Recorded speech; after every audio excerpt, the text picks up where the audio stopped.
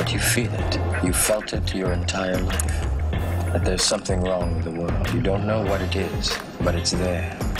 You can feel it. Get up on out the bed and start to move your bones. Wake up with word and Solomon Jones. Word. You better wake up now. Good morning. This is Solomon Jones on 900 AM and 96.1 FM WURD, and I want to welcome you to another edition of Wake Up with Word. Koasa, you're pretty in pink today. Thank you. Oh, don't you look nice? So, yeah, I know you getting ready, though. I know you. Yeah, I know. I'm telling you, I'm living vicariously through you because I can't escape. So I'm just, but just a wonderful, wonderful day today. Of course, today is the day that we hit the street. Today is the day that we raise our voices. Today is the day that we come together for change. And it's funny because this morning I was looking for my protest shirt. You know, I got my protest shirt. Shout out to Tara Hale, who designed that shirt. It says pray, vote, protest, right? And those are the three things that I believe you have to do in order to bring about change. But I couldn't find my pray, vote, protest shirt today. And so another one of my church members stepped up. Mr. David Hackley gave me this shirt at our last protest, and it says, I am the change. And that applies not only to me, but it applies to all of us, right? You are the change. You looking for something to change, then guess what? You got to step up and change it. Guess what? You got to step up and work together, speak together, pray together, protest together, hit the streets together. Like, you got to come together and be that change that we are talking about. So we are looking forward to getting with you today. All of you, we're going to be at City Hall at 12 noon at the Octavius Cato statue, and we are going to be raising our voices around some of these issues that we are dealing with policing. See, here's the thing, right? And here's the reason why we continue to do this. It's not because we just want to get out there and want to be seen. No, it's because once you deal with what has happened in the past, then you got to deal with what could happen in the future. So that means coming at the structure. That means changing some things on the inside. That means coming together and raising our voices. So we're going to be doing that at 12 noon today at City Hall as we hit the streets for the Rally for Justice Part 3. Now, the other thing that's happening is there is a lot of turmoil going on internationally. This morning, just this morning, 2 missiles hit an Iranian tanker in the Red Sea. I understand that there could be an oil spill there. There could be a fire there with that ship, but that is a reflection of some of the international turmoil that's going on. Now, some of that is just stuff that's going to happen organically. Some of it is created. So Donald Trump, for instance, has created a crisis in order to solve it. By taking out U.S. troops that brought stability to the region between Turkey and Syria, the president paved the way for Turkey to attack the Kurds, U.S. allies who had worked with America to fight ISIS. The fact that he abandoned our allies to be slaughtered by an enemy with better weapons, better finances, better training is bad enough. But in my view, the reason he did it is far worse. He did it to distract us from the fact that he's about to be impeached. He did it to take our eye off the ball. He did it because if he can create a crisis as big as the crisis in the White House, maybe we'll forget what really matters. Now, there's a lesson in this for us, and the lesson is that we can't allow anyone to make us forget what truly matters, and that's why today at 12 noon, we'll be at City Hall, right next to the Octavius Cato statue, pushing for reform in the Philadelphia Police Department, pushing to make sure our people are safe. So join us as we raise our voices about what truly matters. Join us and help make our children and our families safe. We got a hot show for you today on Wake Up with Word. Rochelle Bilal of the Guardian Civic League on today's City Hall demonstration. Hans Minos of the Police Advisory Commission on fighting to make public the investigation of the racist Facebook posts. Winston Holton of the Call Me Mr. program on training up young men. financial consultant. Akbar Hassan answers your money questions. And as always, we've got you, our listeners, calling in at 215-634-8065. That's 215-634-8065. You can also hit us toll free at 1-866-361-0900. Hit us on Twitter and Instagram at onWURD, or you can hit me personally at Solomon Jones 1. Watch us on Facebook at onWURD. But first, it's the big three, the news stories you need to know to kick off your day right here on Wake Up with Word. Story number one is privilege. The reason that Benjamin Franklin and SLA is getting attention. A lot of the parents there at Benjamin Franklin and SLA, according to a story by Kristen Graham in the Inquirer, are saying that when it was just Ben Franklin students, when it was just Ben Franklin parents, when it was just kids from North Philly, nobody was paying attention. They had construction going on through the year. They had so much dust in the building that they could see their footprints when they walked down the hall. The only place they could take the SAT was in the basement of that building. When the SLA students came, it's a mixed population. They tend to have a little bit more money. The kids are more have more academic rigor in their studies, and the parents are more organized, which goes back to what I was saying yesterday. It's about working together to get what you want. When the SLA parents came, they wasn't having it. That's why the school is shut down over the asbestos, or at least that's the theory among the parents. Kawesa, what do you think? I honestly think it's a little bit of both.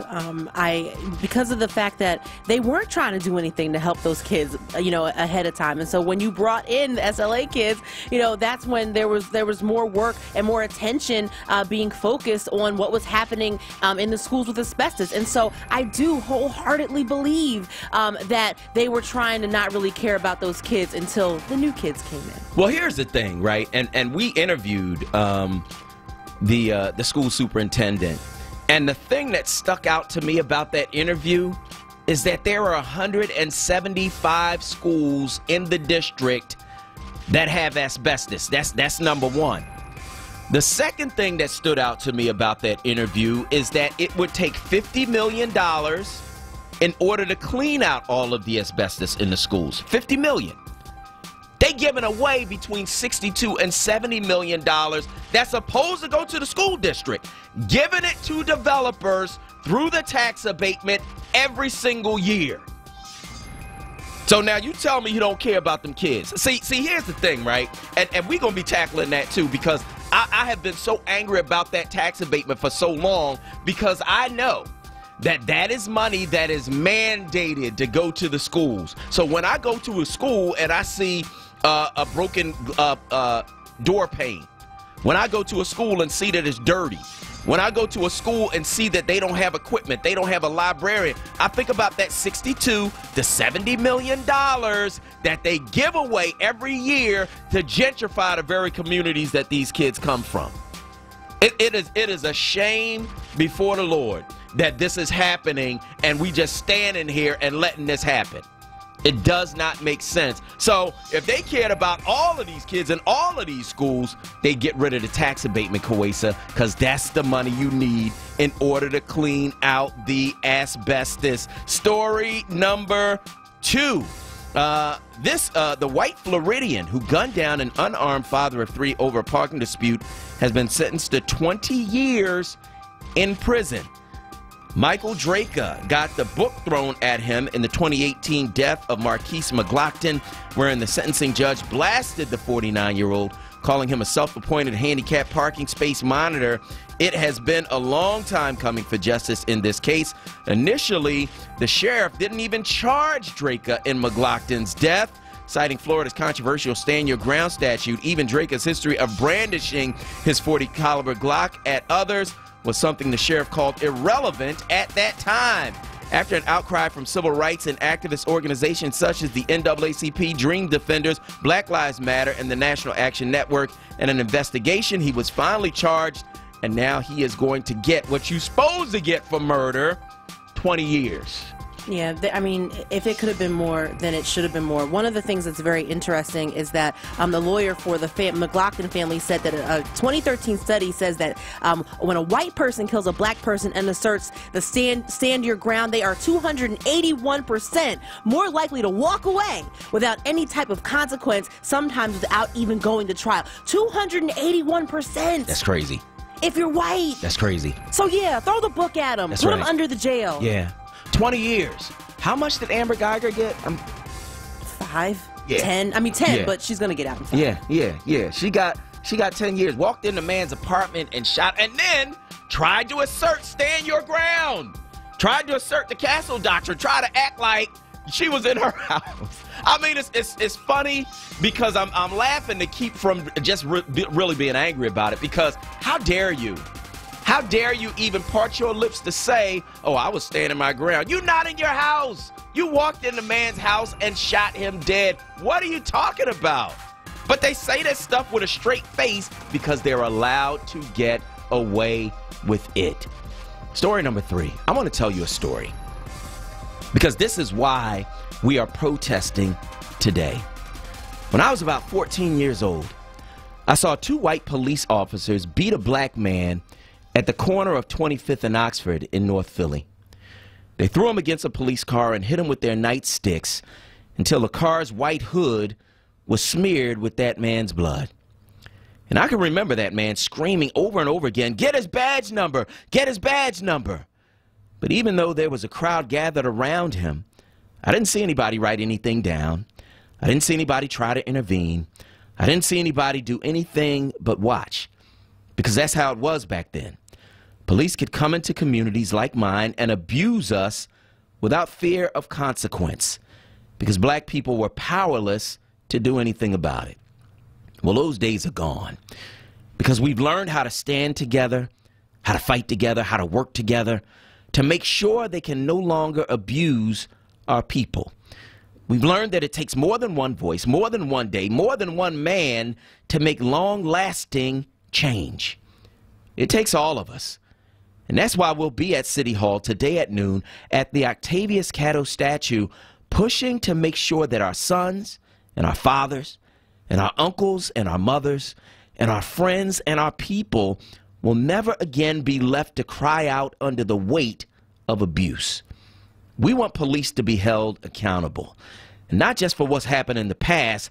We want to make sure it can't happen in the future. We want changes in the contract. So show up and rally for justice, because we want police who live in the community. Show up and rally for justice, and if they're sued for abusing us, we want the settlements to come out of their pockets. Show up and rally for justice, and if they see other cops abusing us, we want them to be ordered to stop it.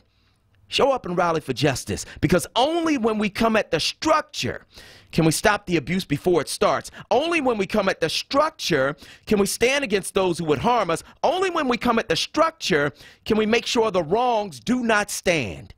Today at 12 noon, at City Hall, at Octavius Catto's statue, show up and rally for justice, because together we can bring about change. I want to hear from you. 215-634-8065. That's 215-634-8065. That is the number you can call to get in on the conversation right here at WURD Radio. We need you there. Today at 12 noon is going to be a nice, clear day. It's going to be a great day. It's going to be a day when we are acting on what the community called for. Because remember, this has been a process, right? First, we protested outside of police headquarters when we found out that over 300 Philadelphia police officers had put racist or hateful or bigoted posts on Facebook about the very people who pay their salaries, us, right? So we did that, and then we met with the mayor and the police commissioner, and then we went to city council. And we said, we want you to hold hearings around this. And those hearings happened, and we testified at those hearings. But in between, we went to the community and said, we want you to come together and tell us what you want. around the policing issue. What do you want to see change in their contract? What do you want to see mandated for them to do? What do you want to see that's going to protect you and yours?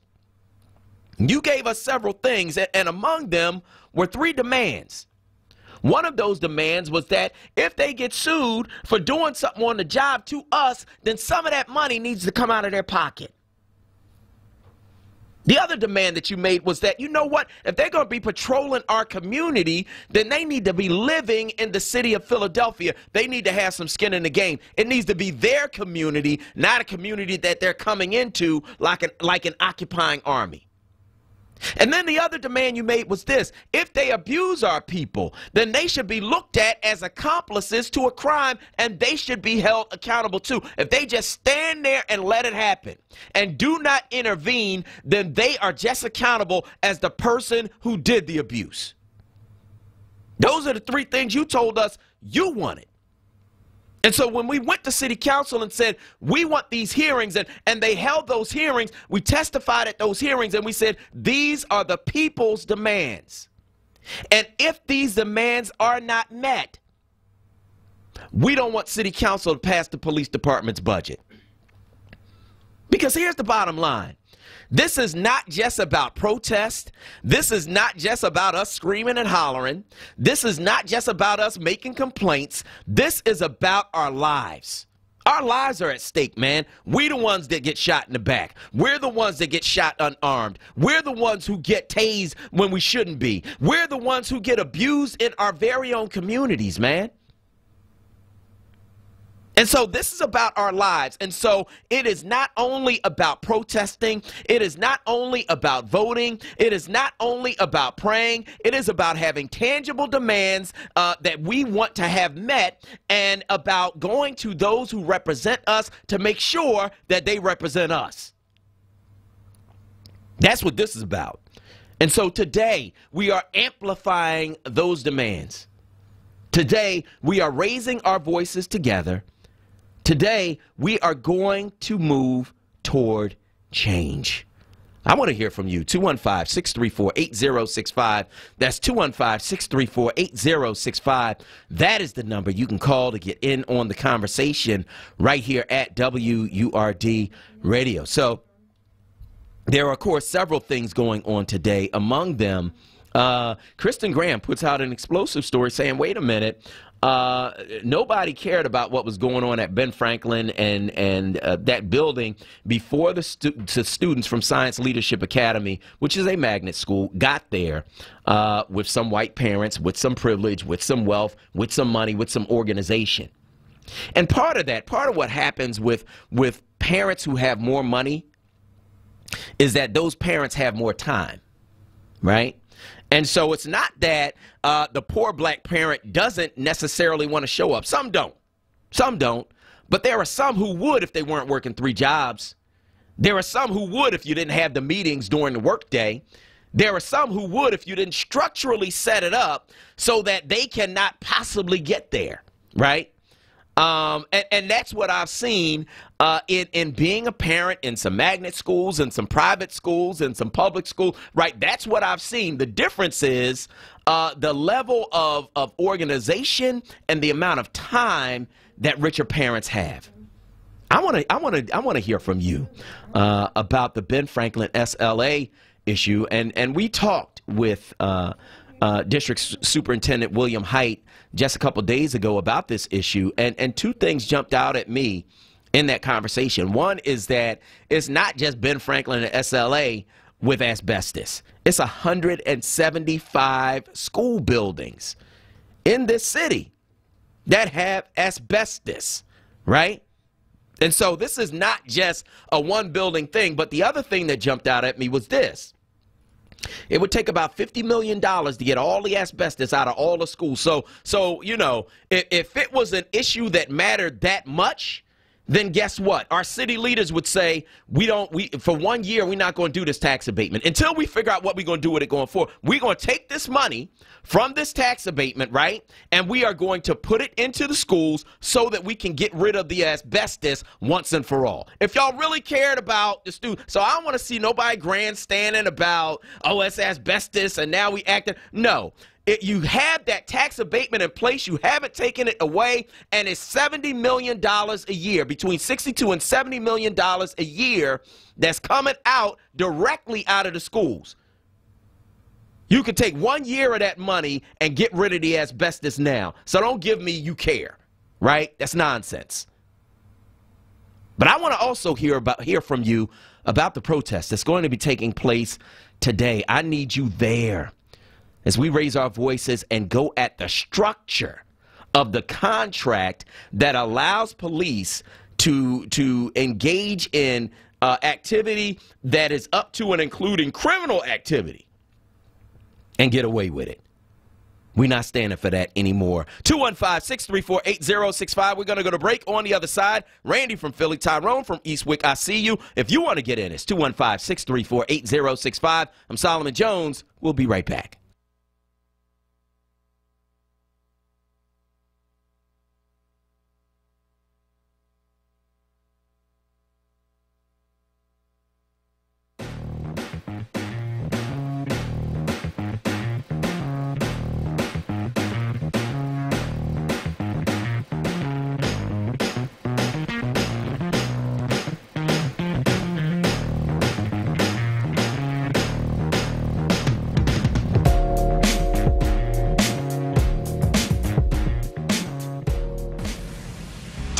The Electric Magazine Show, hosted by Cody Anderson and Vicky Leach. Saturday mornings from 7 a.m. till 9 a.m. exclusively on Word Radio, 96.1 FM and 900 AM WURD. Join Word Radio for the EcoWord Environmental Justice Summit, Sunday, October 20th from 2 p.m. till 5 p.m. at Bartram's Garden, 5400 Lindbergh Boulevard. This unique green event will feature lightning talks about the connections between race, income, and the environment, locally, nationally, regionally, and especially in Philadelphia. Featuring John Francis, author of Planet Walker and The Ragged Edge of Silence, Janine Kayembe, founder of Life Do Grow Farm, Zuline Mayfield, environmental activist, Joanne Douglas, program manager of the Watershed Interpretation and Youth River Program at Bartram's Garden, and a special talk and musical performance by Ill-Fated Natives. The summit will also feature Wasted, an EcoWord photo exhibit by Zamani Feeling, a livelihood green sector job resource exhibit, and a healing drum circle by Music Over Matter. Refreshments will be served, but you must RSVP. Register today at wordradio.com or call 215-425-7875. Supported by the Wincode Foundation. WordRadio.com. While Philly sleeps, nearly 3,000 commercial office cleaners and building service workers are hard at work taking care of the city's most expensive buildings. These men and women are fighting for a fair contract. This fight is about making sure Philadelphia works for everyone, not just for the rich. Shouldn't the workers of color who help create the wealth in Center City be able to take care of their families? Keep it clean, Philly. Tell building owners and cleaning contractors, don't trash black workers. This message is brought to you by 32BJ SEIU. Enterprise Exterminators provides customers with the highest quality service. Enterprise will evaluate and eliminate whatever pest problems you may have, specializing in bed bugs, fleas, mice, and termites. Hurry down to 4943 Wayne Avenue or call 215-849-7070. Enterprise services Pennsylvania, Delaware, and New Jersey and is licensed and insured. Free inspection and do-it-yourself kits are available. Call now and ask about their Word discount. 215-849-7070. Now, a traffic update on Word Radio. Good morning. This report sponsored by the Ad Council. Jammed up southbound 295 from Mount Holly down to Mount Holly Willingboro. Accident there has been cleared. That involved a tractor trailer southbound again between exits 47 and 45. Now looking at further south delays both ways in the area. 42 northbound busy, 55 to 295, 55 north jammed Deptford into 42. Southbound 95, you're jammed there this morning from Cotman Avenue down through Girard. Northbound no problems. Schuylkill eastbound Montgomery to Spring Garden busy. Westbound to Lee University through South Jamming City out through Gladwood. Westbound Turnpike a jam from Willow Grove out to past Fort Washington. All right, dads, it's time to do the Cabbage Patch. How about the Running Man, or maybe something more contemporary like the Floss? That's right, dance like a dad with your kids. Learn more at fatherhood.gov. For more traffic information, log on to SigAlert.com. Jim Bachman with your Philadelphia area traffic. It's Wake Up with Word, hosted by Solomon Jones. Good morning. Right now on Word Radio 96.1 FM. and 900 AM WURD.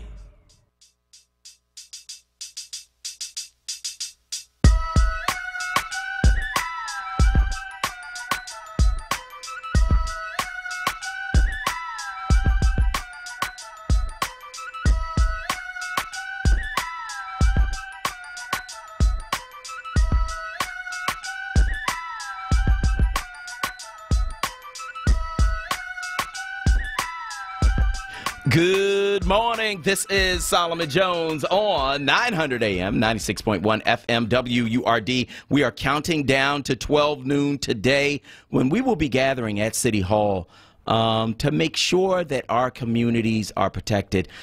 We dealt with what happened with the whole Facebook thing, right? And there are still some fallout from that, and we're going to be talking with the head of the Police Advisory Commission about that, Hans Minos, in a little bit. But now we have to deal with the structure to make sure that we are protected in the future, to make sure that there is some accountability put in place in the new police contracts so that the things they were talking about doing in those Facebook posts, things like threats of violence against those in our community, things that were based on race and based on religion and based on anybody who is different from them, right? Those threats, as well as some of the things that have been done. People shot in the back. People shot unarmed. People tasered unarmed. People abused by those who frankly work for us. We want to make sure that our community is protected. That's one. But two, we want to make sure that those who are doing the job correctly are protected. Because guess what? The person who should hate a bad cop the most is somebody who's actually doing that job right. Because they make your job more difficult. They create mistrust in the community. They create dangerous situations for you. And so we know that there are many who are in the police department who support what we are doing. Because they don't want to see bad cops either. And we're not going to stand for it anymore. We are not going to stand for it anymore. So we need you out there today at 12 noon at the Octavius Catto statue. We're going to start there at the Octavius Catto statue. So we want you there at noon today. Let's go to the phone lines. 215-634-8065 is the number. Let's talk to Randy from Philly on line one. Go ahead, Randy. Hey, good morning. How you doing, my brother? I'm good. How are you? Good. I wanted to speak on the police issue. I think a lot of the other police officers won't speak against each other in fear of, with the corruption, the FOP. They think they might get retaliated on. They kind of don't go against each other. You know what I mean? I do. And I think economically we don't hold enough power. Like, we're out there in numbers, but I think we get disrespected more because we don't hold any power economically. Like, you don't see them, police brutality against the AIDS. Now let me ask you this, brother. Do you know how much money black people in America spend every year? Oh yeah. How much? How much? Trillions. We spend $1.3 trillion per year. So I do not agree at all with the argument that we don't have economic power. The argument is that we don't harness that economic power and use it strategically. But I think we can change that. I think we can change that. Yeah, go ahead. Yes, that's what I mean. That's what I probably worded it wrong, but that's what I meant to say. And I would say, as far as with the police not, speaking against each other when they see, misconduct amongst each other, I think the officers want to speak up, but I think they just have fear because they have some kind of code within, and they just don't want to say anything, Yeah, I think that's part of it. I think part of it is that is a culture, right? That has been allowed to take place. And the thing that's so ironic about that is that you have folk that complain about the black community. Oh, they got this no snitch thing in the black community. And a lot of the people who complain about it, quite frankly, are police.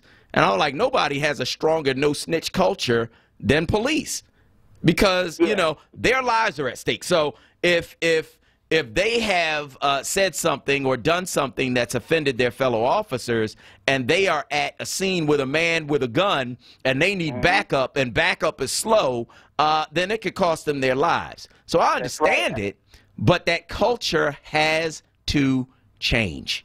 It's got to change. And I believe amongst regular people call the police. They're not doing crime, so that's not snitching. Right. That's regular people. Regular people are supposed to call the police, and that's what they do. They're not doing nothing criminal. If that's in the criminal code, no snitch, okay, that's fine.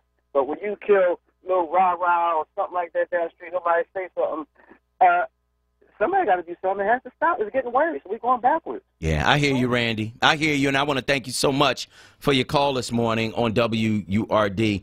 Tyrone from Eastwick is on line 2. Good morning, Solomon. Good morning. I first wanted to just say I have to personally thank you. Last night we had a wonderful turnout in reference to voter education. Good. The other thing is, he said we don't have enough money. It goes back to we control council. What good is us having all these council people represent us and only represent us in a certain way? They are there for us. And we're not going to let them go unaccountable also. Yeah. They need to be talking with you. They need to be in the room with you, and then come down with a real solid, comprehensive program to let them know exactly what we're looking for out of council people. They the ones pay them. If they can't do the job, we'll get some new police. But we're controlling that budget, and we have to stay on that. We're controlling the budget. I agree. I agree wholeheartedly. Tyrone, thank you so much for your call this morning on WURD Radio. 215-634-8065. That's 215-634-8065. That is the number you can call to get in on the conversation right here at WURD Radio. Again, we are going to be at City Hall today at 12 noon. We're going to be there. We need you there as we rally for justice. And it is about making sure that there is a structure in place in the police contract that includes accountability for those who would harm us. It's not enough to just wait until something happens and then react to that. We appreciate the fact that there were police officers fired over the racist Facebook post, right? We appreciate that. That was something that was done. It was something that we believe is a result of us speaking up. It's something that that went at those who had behaved in a way that was opposite of what they should have. But we have to make sure that this can't happen again in the future. A lot of times, this is what happened, right? We go out, we address something that's already happened, but we don't do anything about the structure that allowed it to happen, right? And so now it's about the structure. And Tyrone is absolutely right, and that's why we adopted the strategy that we did and went to City Council. Look, we need y'all to back us up on this. You represent us. You literally, your job is to be our representatives, right? And so we need you to say, no, the budget is not going to pass until these demands are addressed. And they're reasonable demands, right? And I shared the demands with the mayor, and the mayor and his folks said, well, look, in terms of making them pay something out of their pocket, indemnification is an issue, right? It's a legal term that means that the city backs them up so they can't be personally sued for something that happened on a job, like the city is on the hook to pay it. Well, you know what? Y'all need to work out some technicalities with that, because guess what? If some of that money, if even some of it had to come out of their pocket, their behavior would change. You know what I mean? They gave me a ticket for running a red light. Right now, I got a couple more, but that's a $100 ticket. Guess what? My behavior changed, right? So if you have to pay a portion of a multi-million-dollar settlement out of your pocket, guess what happens? Your behavior changes. So that's part of it. I mean, we want you to live in the city, because we want you to have some skin in the game. We want you to understand, no, this is not them versus us. This is us, period. This is our community, right? So we want police officers who live in the city. And then we want police officers who are willing to hold their colleagues accountable. So you don't just stand there and watch Officer so-and-so abusing our people. No, you got to stop that. And if you don't, you're an accomplice. I mean, period. These are demands that come from the people. These are demands that come from our community. These are your demands. And so now we are taking them not just to the mayor, but also to city council, because in any government body in the United States, the legislative part, right, which is city council here, holds the purse strings. So we need y'all to use those purse strings in order to fulfill the will of the people. We need y'all there today at 12 noon.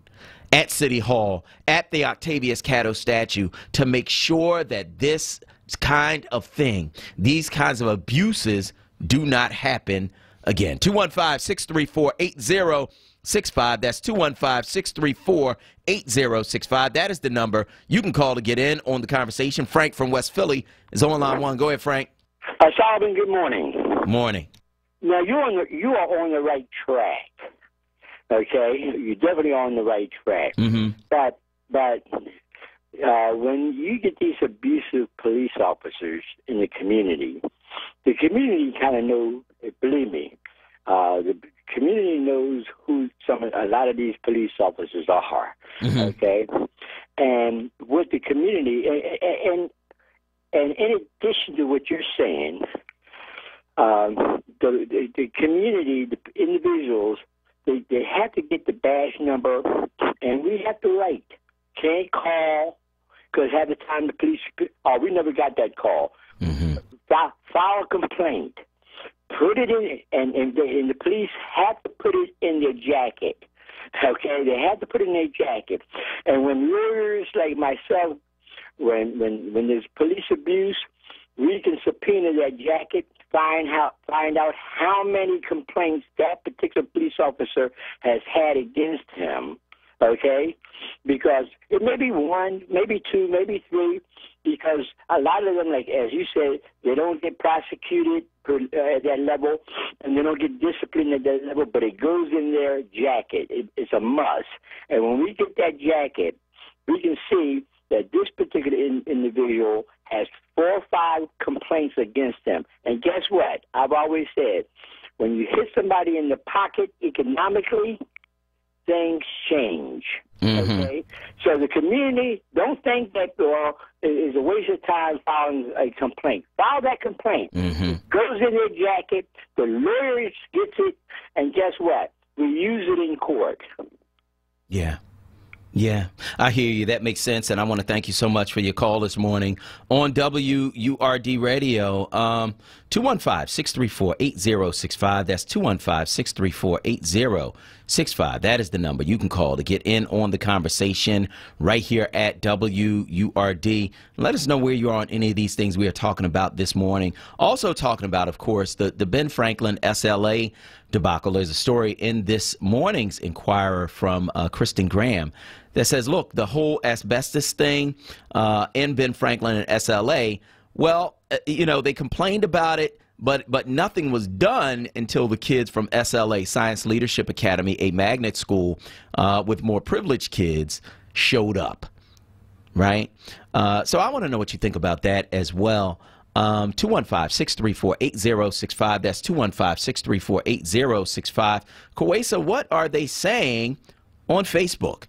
Well, we definitely have a few folks that are just saying good morning to us, but also Donna Torrance, in regards to some of the schools, she's saying, which is why the magnet school is being relocated near Center City and the Franklin kids are going to Allegheny Avenue. So that's one comment we have here. Linda Pierce is just saying, thank God for the works you do, Solomon. So she's giving you that support as well. And Arnold Thornton says, good morning, Brother Solomon. First of all, I'd just like to say good luck with the protest today. And I have one question. Whatever happened with the incident at the CVS in Yaden? I haven't heard any more about it. Could you help enlighten me about that? Please, thank you. And again, good luck today. We're working on it, writing a story about it. and it will be out very, very soon. I have all the material I need in reference to that, so we'll be writing a story about that. And thank you so much for your concern with that.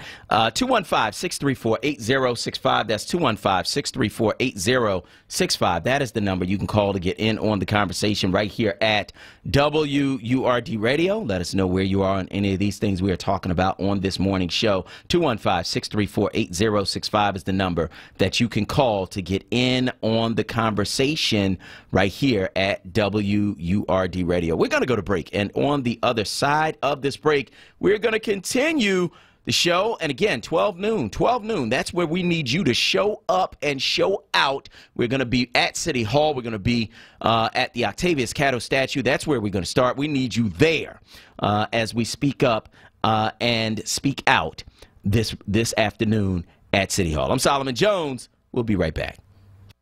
The Shamari Show. Fridays 1 p.m. to 4 p.m. on Word Radio. And streaming live on WordRadio.com and the Word Radio app.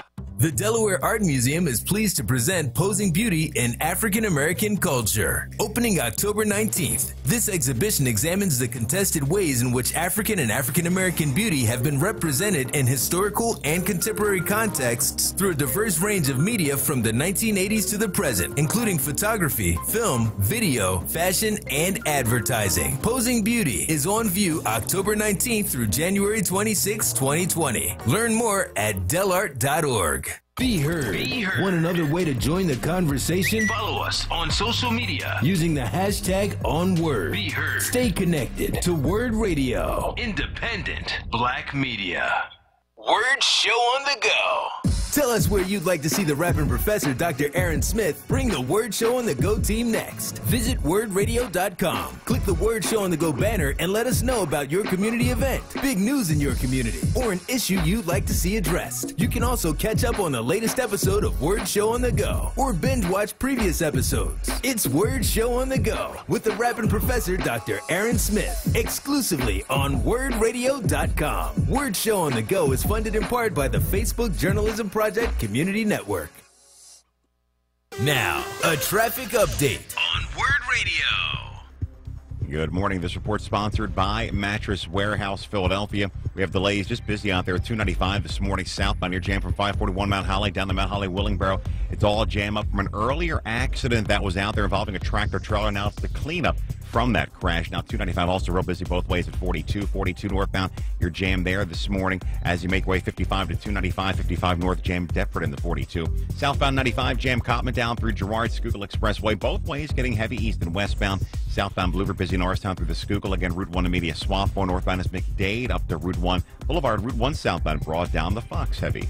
Not every mattress is right for every body. Don't get frustrated. Get bed matched and find the right mattress. Only at Mattress Warehouse. Buying at Mattress Warehouse means you have a 1-year price guarantee. Find a better price? They'll match it, plus 50% of the difference. Visit sleephappens.com. For more traffic information, log on to sigalert.com. Jim Bachman with your Philadelphia area traffic. You're waking up with Word. Hosted by Solomon Jones. Good morning. Right now on Word Radio. 96.1 FM. And 900 AM WURD.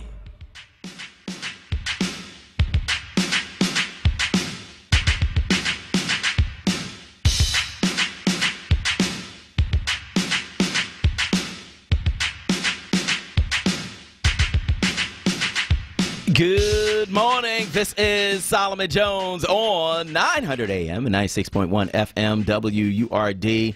If you ever hear me come back from that and start with 2 years ago, just get up and start dancing. Because that's me channeling Run DMC. That's, of course, Kuwait. I think I told you this. That's like one of the first records I ever bought. One of the first was that Run DMC. With Suck MCs on the A side, and It's Like That, I believe, was on the B side. Yeah, it's one of the first records I ever bought. So I appreciate that every time I hear it, man. It takes me back. So I want to hear from you. 215-634-8065. That's 215-634-8065. That is the number you can call to get in on the conversation right here at WURD Radio and let us know where you are on any of these things we are talking about on this morning's show. Kuwaisa, you know, when you talk about the policing issue, it's not just Philadelphia. We're not just talking about what happens in Philadelphia. I keep thinking about that case in Bordentown, New Jersey, where you had a police chief who was so racist that one of his own officers said, you know what, I got to start taping this guy. And the officer had to be white. He had to be white because I doubt that the chief would have been so open with his racism around a black officer. And so this guy was a hero. He stepped up and said, you know what, I'm going to tape this guy. I've seen him abusing black citizens. I've heard him saying racist things. They bring him to trial for a hate crime. They got like, I don't know how many hours of tape of him saying racist things, evidence of him bragging about assaults on black people, including a black teenager, and they talking about they got a hung jury. This is a problem that's much bigger than just Philadelphia.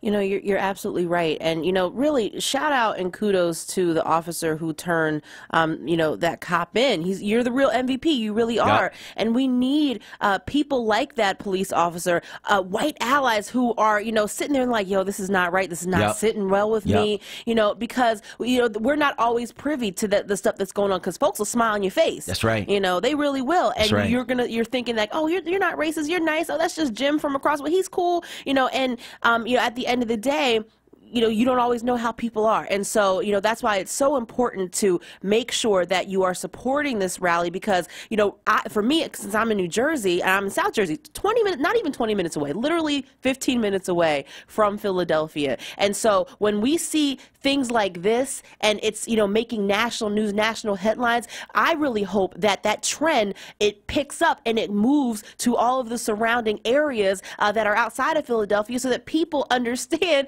that this is important. We're paying y'all. We are paying you, and you are out here killing us, shooting us down in the street, hitting us, beating us up because of the color of our skin. Yep. Yep. That really is the bottom line. It comes down to race. It comes down to religion. Like one of the things I learned from those Facebook posts was that these cats hate anybody who's different from them. So they were talking about immigrants. They were talking about Muslims. They were talking about black people. They were talking about women, like anybody who was different from them. They had the nerve to say one of the members of council. Somebody need to slap the S out of this B, right? Talking about a council member, right? Because she had the audacity to say, you know what, y'all need to remove that bulletproof glass from some of these stores in our communities. It's offensive. Because she had the nerve to say, you know what, y'all selling drug paraphernalia to our community, and we don't want that anymore. Because she had the nerve to stand up and say, you know what, I don't like what's happening in my community. And what do the cops do? They get on Facebook. Somebody need to slap the S out of this B. What? No. We're going to be in the street today, man. We're going to be in the street today, right? And we need you there at 12 noon as we pressure City Council to stand with us. They are, after all, our elected representatives, and they control the budget. And so we have three things we want out of the new police contract. We want y'all to pay a portion of, if y'all get sued, you got to pay some of that out your pocket. If you see somebody abusing one of us, you got to stand up. If you want to be a Philadelphia police officer, you got to live in the city of Philadelphia. Like, you know, if you want to live in Lower Marion and all of that, go be a cop in Lower Marion. We need people that got skin in the game. We need people who respect the community because it's their community too. Like, you know, I'm tired of it, man. We are tired of it. You know, and the people who should be standing with us the most, and you ain't got to be standing out there today. I get it, right? But if you a cop and you want to do that job right and you love this community and you love our people, you should be with us more than anybody else. Because bad cops make your job harder. 215-634-8065. That's 215-634-8065. That is the number you can call to get in on the conversation right here at WURD Radio. So we need you there today. We need you in the building. We need you outside the building today as we are out there standing up to make sure that the structure is such that if these abuses happen in the future, that those who engage in that abuse are held accountable. I don't think that's unreasonable, right? And so we are going to be out there today. We want you out there with us. We know that several members of council are going to stop by. And so we are looking forward to that as well, because you know what? We need them with us. They are our representatives. These are the demands that you put together, right? That the people put together. And so we want to make sure that that your voices are heard. 215-634-8065 is the number. The other thing we're talking about is the Ben Franklin Science Leadership Academy story. Of course, those two schools put together in one building right there at Broad Spring Garden. Now, that area is gentrifying, right? On the southwest corner is a building that used to be the state office building. Beautiful building. Well, that was sold a number of years ago and turned into high-end apartments.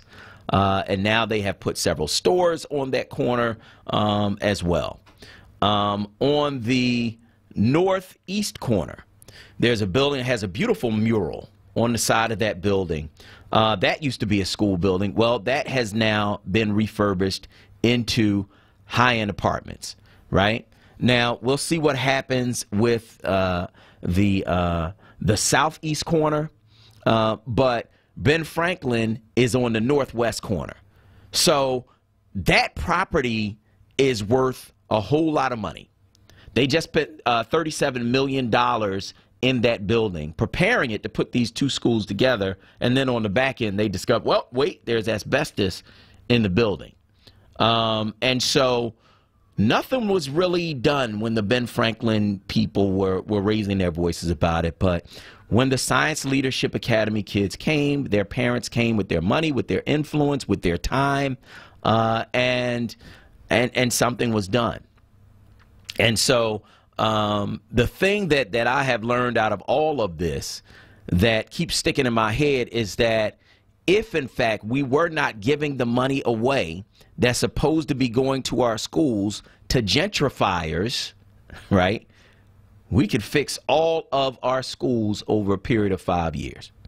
Take 1 year of that money, $62 million to $70 million that we lose in school district funding. You giving away school district money, right? When you got asbestos in 175 schools. How can we afford, Kawesa, to give away the money that's mandated to go to the schools? Our property taxes, 55% of that is mandated to go to the school. So that's the money you choose to give the gentrifiers to spur them to move into the city?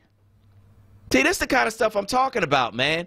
Everybody want to talk about what the parents ain't doing and what the school district ain't doing. Well, they need $50 million. Why are you giving the money away to gentrifiers?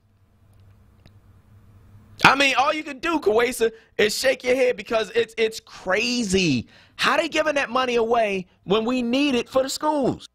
Because they don't care about That's our what I'm kids. saying.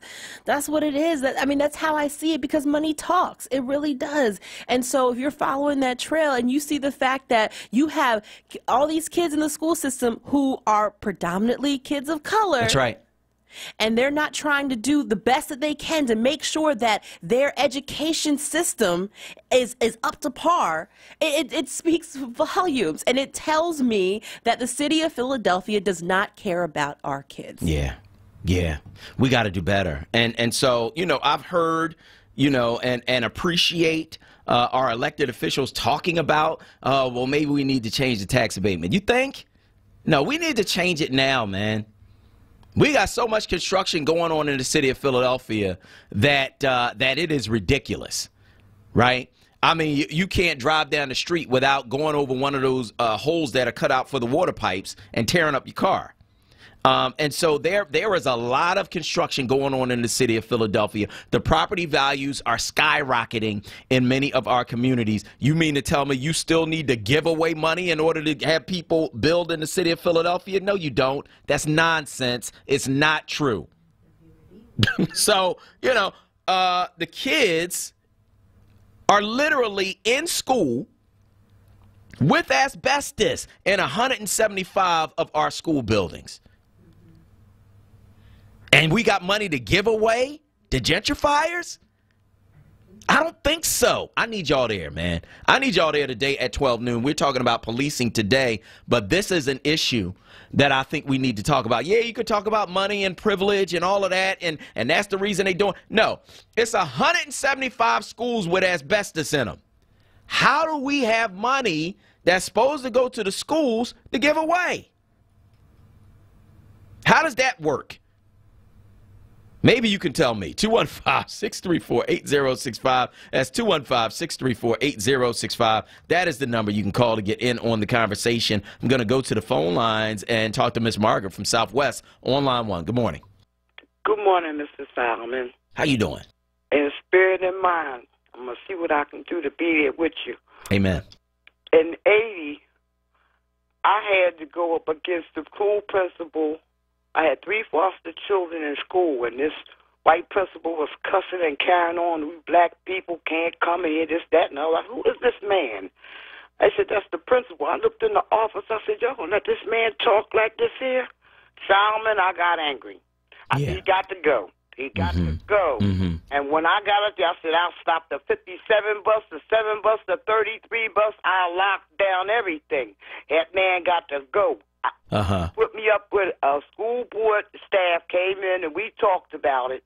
And the issues of the children, the conditions of the building and everything, and him calling them children black children. They had white kids there, too. I said, who he calling black? Well, Miss Margaret went on the warpath on 19th and Jefferson, and we got rid of him. He was fired. And we got another one coming in. She had a bullhorn. I said, oh, no, you ain't going to bullhorn our children. Yeah. You hear me? Get another one in here. Straighten that out now. I raise can, and I'll try my best to be back out there again, and we're going to take that statue down to Rizzo.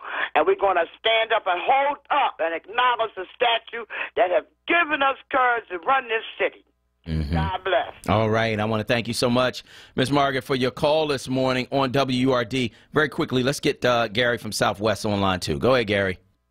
Hey, thanks for taking my call, Solomon. You're welcome. I just wanted to agree with Kuwait's 150%. They don't care about our children.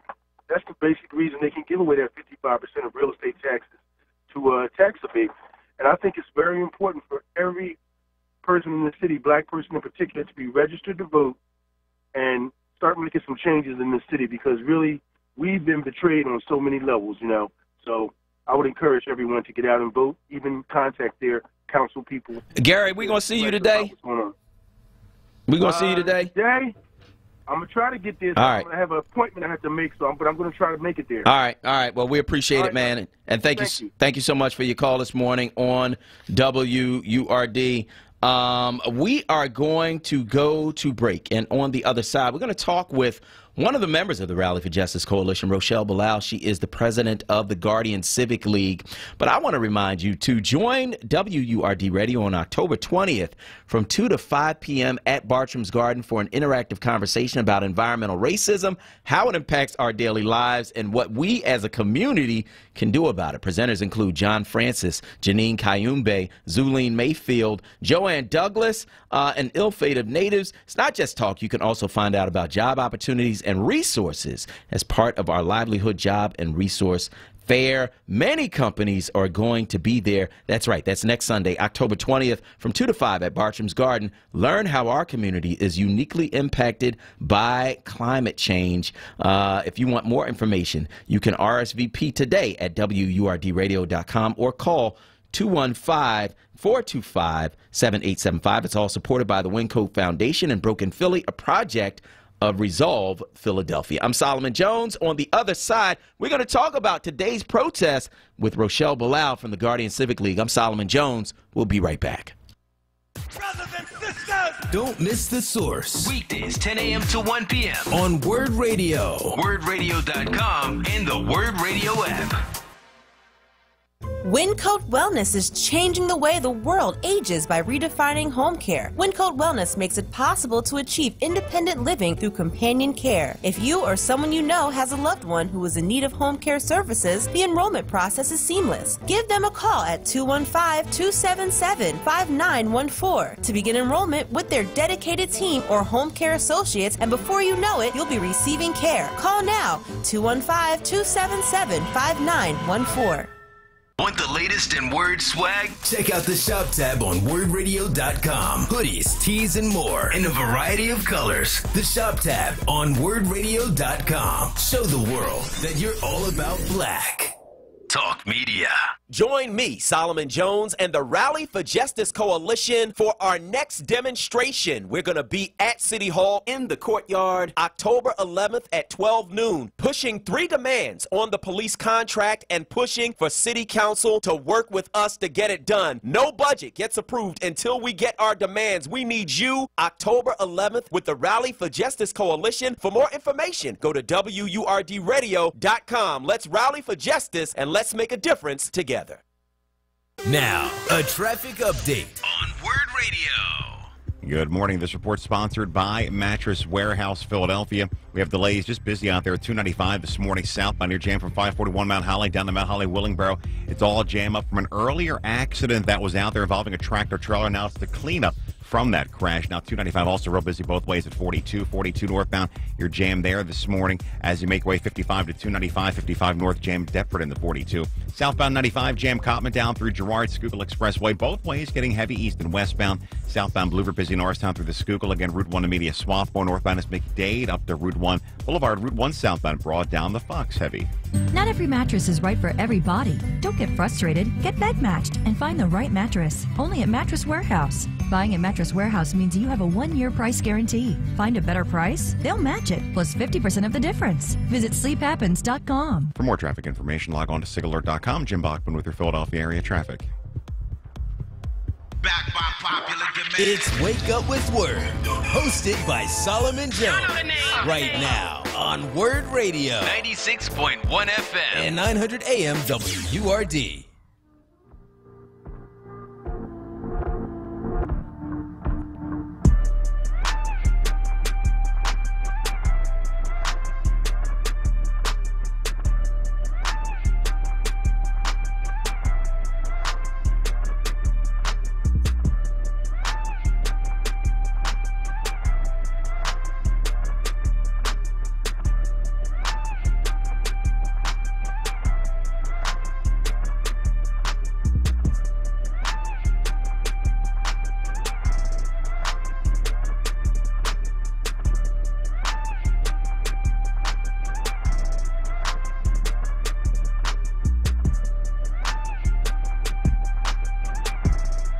Good morning. This is Solomon Jones on 900 AM, 96.1 FM, WURD, and we are back with our next guest. Rochelle Bilal is the president of the Guardian Civic League, also a member of the Rally for Justice Coalition. Rochelle, good morning. Good morning, Solomon. How are you and Kuwesa? We're doing well. We're doing well. How about yourself? I'm still standing. I know that's right. I know that's right. So we're going to be out there today and really talking about the demands that we heard from the people when we did a community forum around this issue. And it's really about creating accountability for what is happening with some of our police. Why is this, in your view, why is it necessary for us to do this? First of all, let me please give a disclaimer here. When I know that I'm a president of an organization of active and retired police officers in this city and sheriffs, one of the things is most police do the right thing. Yep. And this is not against good police. This has been a mission against bad police. Mm-hmm. And any good police are the one to make sure that bad police don't continue to thrive in our city. Yeah.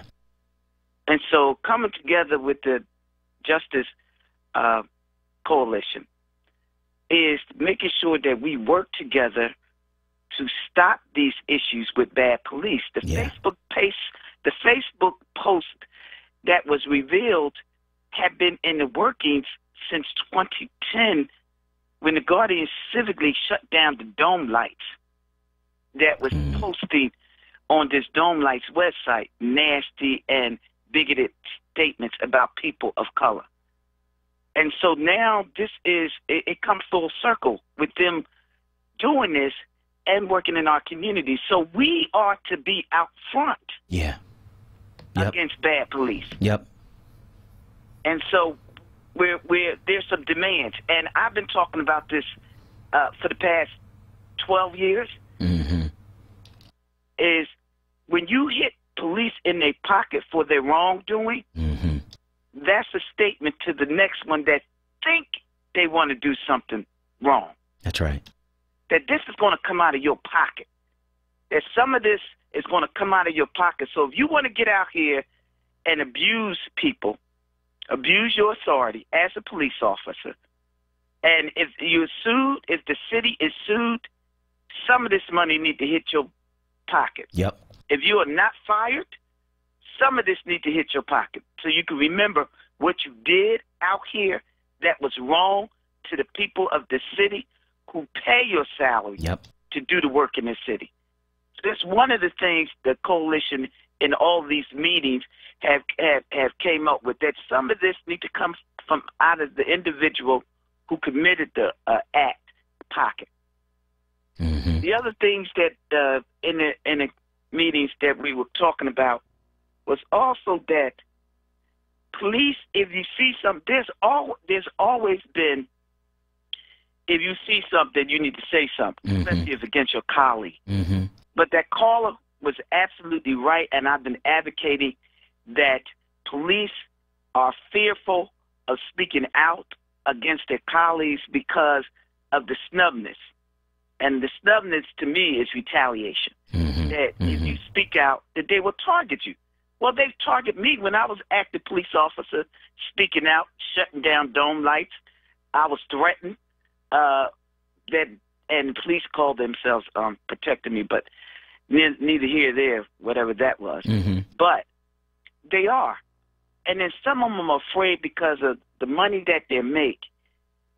They don't believe in themselves enough to know that they can make the same amount of money if they speak out on this issue and they have to go get another job.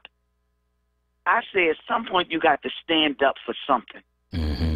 And when it comes down to people mistreating your people in your communities that you live in, and that's the other thing that we've discussed in these communities, then they need to be dealt with, and we need to be able the ones to stand up and speak out. And I've always said there need to be a witness protection program for cops, but we ain't going to ask for that one just yet, but we're still going to put it out there. Yeah. And again, you know, I agree with you wholeheartedly. And there are so many police that do the job well, that go above and beyond, and we appreciate them. We want them, like, keep doing that. You know what I mean? But those who would harm us, like, we cannot have that in our community. We cannot have it. And so we need to go at the structure to make sure that there are some consequences for that kind of behavior. So that's one thing. But the Guardian Civic League, of course, represents mostly black police officers. There are some other officers in there as well. You guys have something else that's coming up, too. What's going on with the Guardian Civic League, Rochelle? Our national conference is coming into the city, starting on the 21st of October through the 24th. The National Association of Black Law Enforcement Officers will be here in Philadelphia. And our theme is from warriors to guardians of our community, changing the culture of policing. And most of those workshops is just that, changing the culture of policing in America here. And all these organizations that are part of the national have been doing that in their respective cities. Newark, New Jersey, Connecticut, Miami, Providence, Rhode Island, New York. All of them have been, St. Louis, because my girl is coming in from St. Louis. All of us have been working in our respective cities on changing the culture in policing. from our organization perspective. So we'll be here from the 21st. We're out at the Embassy Suites. We have a what to do when stop by police forum, because each time we go into the national comes into the city, you have to step out in the community and do something to enhance that relationship between the police and the community. So we'll be out at Bible Way Baptist Church, the one at 52nd and Master, Pastor Damon Jones Church. Mm-hmm. We will be there doing what to do when stop by police on Tuesday at 6:30. All right. All right. Well, Rochelle, we appreciate you always standing with the people, always have. And so we look forward to seeing you today. And, of course, we look forward to supporting you going forward. So thank you so much. Thank you. All right. All right. All right. So we want to hear from you. 215-634-8065. That's 215-634-8065. And one of the things we wanted to make sure that we did when we put together the coalition of organizations that are dealing with this issue, including the NAACP, the National Action Network, the Guardian Civic League, and others, Power, of course, and other organizations. One of the things we wanted to make sure we did is that we had people who understood policing, who were former police officers involved in this, so that we could look at it, first of all, realistically, and know that we ain't talking about everybody, right? But for those who would harm us, we need to be standing up against that. And we are doing that. And we need you to stand with us. So today at 12 noon, we're going to be at City Hall. I want you to meet us at the Octavius Cato statue that's on the south side of City Hall. Meet us there as we stand up and rally for justice. 215-634-8065 is the number. We are going to go to the phone lines and talk with Denise from Philly on line 2. Go ahead, Denise. Good morning, Solomon. Good morning. I just called to comment about the school system. Yeah, go ahead. I really find it very hard that our children have to go to school in buildings that's, deplorable. Yeah, Denise, if you're on a speakerphone, could you get off the speakerphone and turn down your radio so we can hear you a little better? Yes. Okay. Can you hear me now? Yeah, go ahead.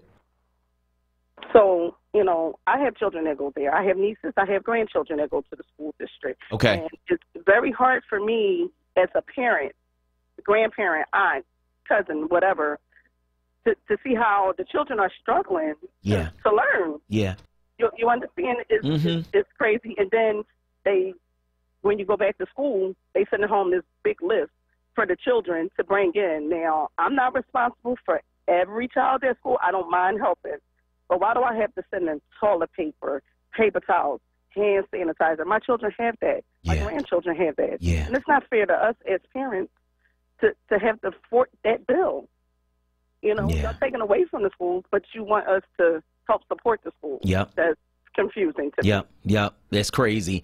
And Denise, I want to thank you for raising that issue. It's one of the things that happens, Kawesa, and I don't know if you remember this. I don't know if this was something that you saw.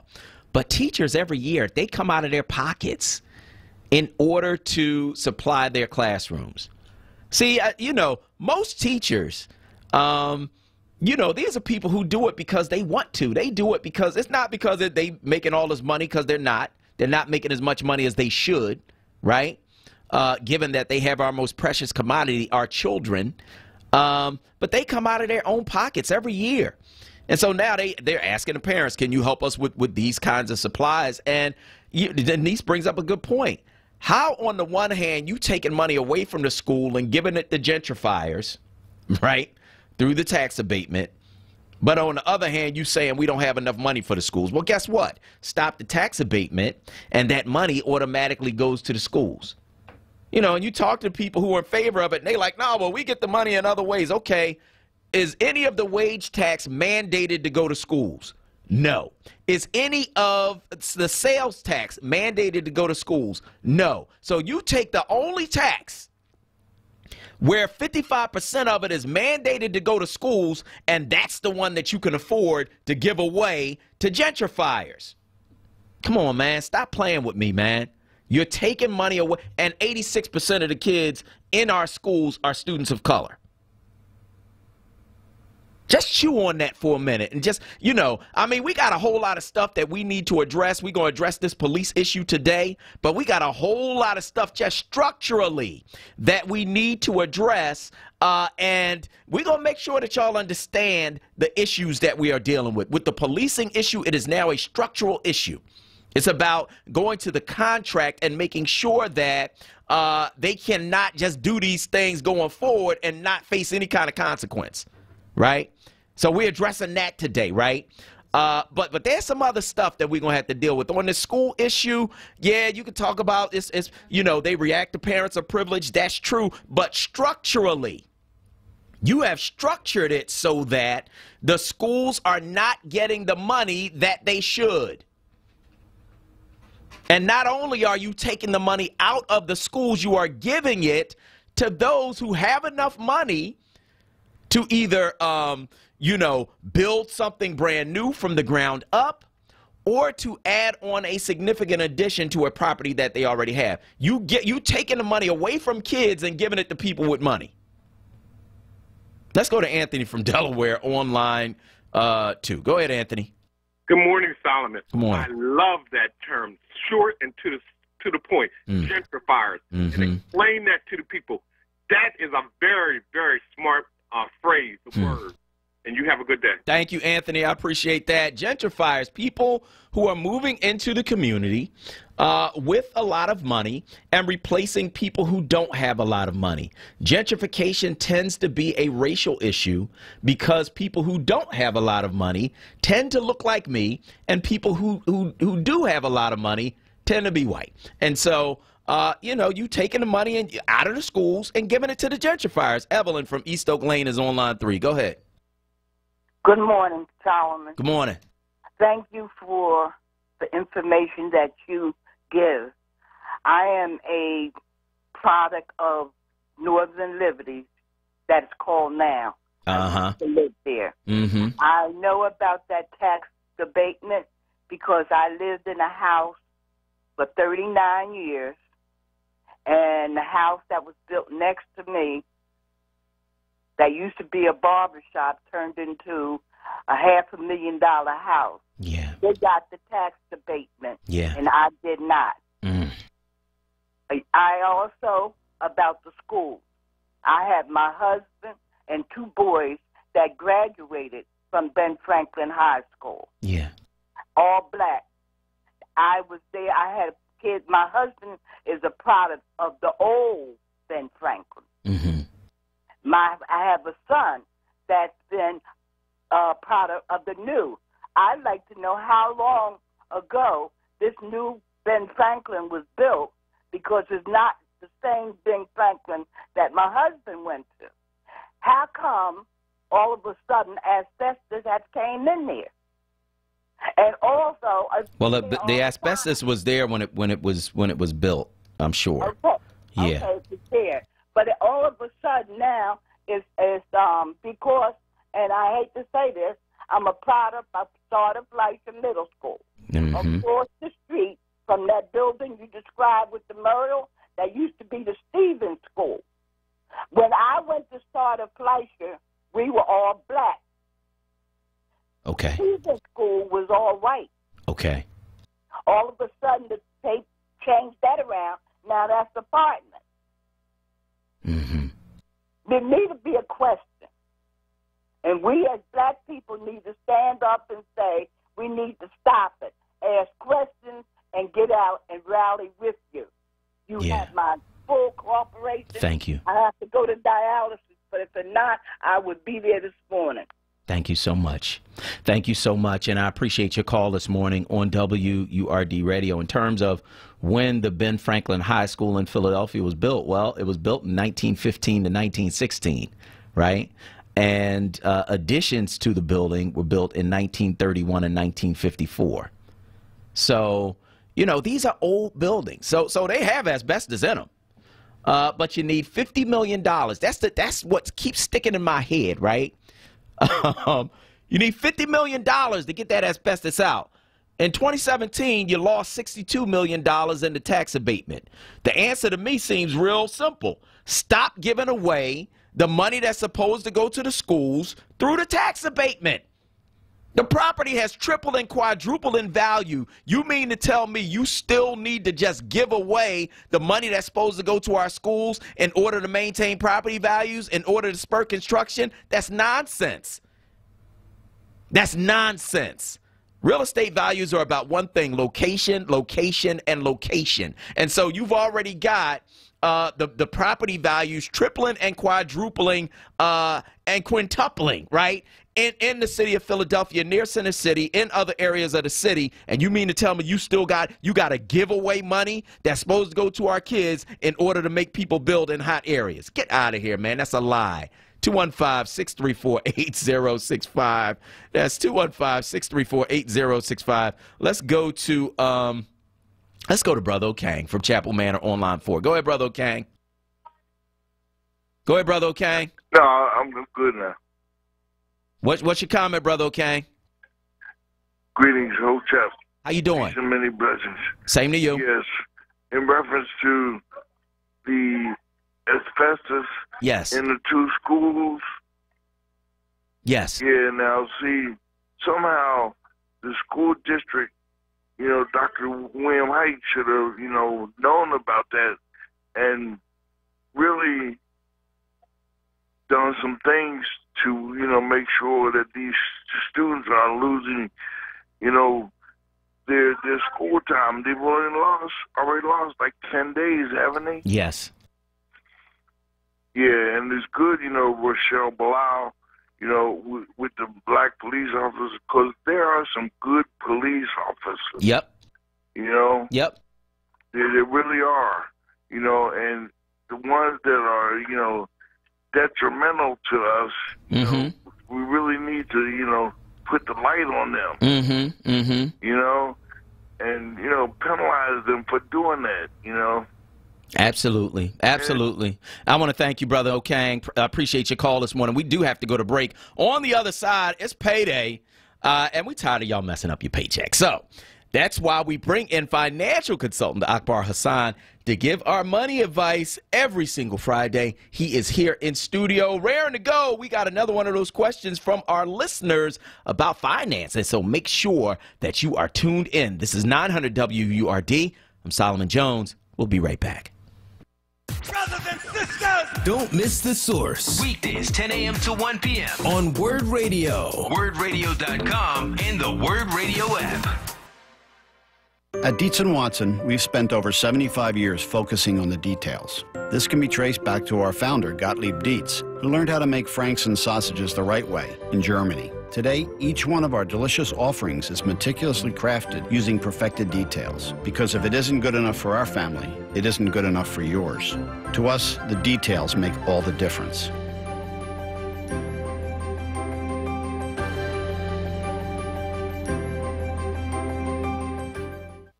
This is Word Radio, independent black media. Hello, my name is Andrea Delzell, and I've been using a wheelchair since I was 5 years old. If I had one message for the general public, it would be relax. Some folks get really flustered around disabled people, so they just pretend we're not there. I've actually had waiters talk to my companion and completely ignore me. People with disabilities just want the same respect and consideration as everyone else. This is a message from United Spinal Association. Download our disability etiquette booklet at unitedspinal.org.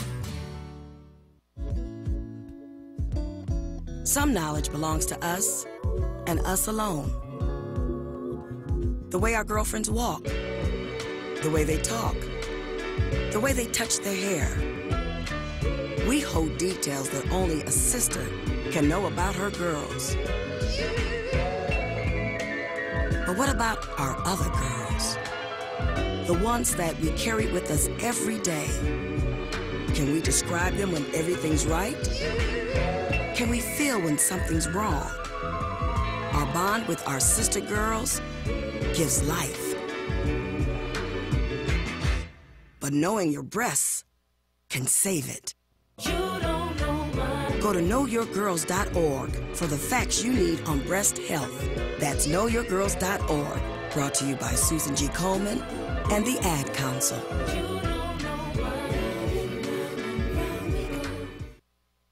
We are Progressive progressive and proud and interactive. Follow us on Twitter, Instagram, and YouTube at onWURD.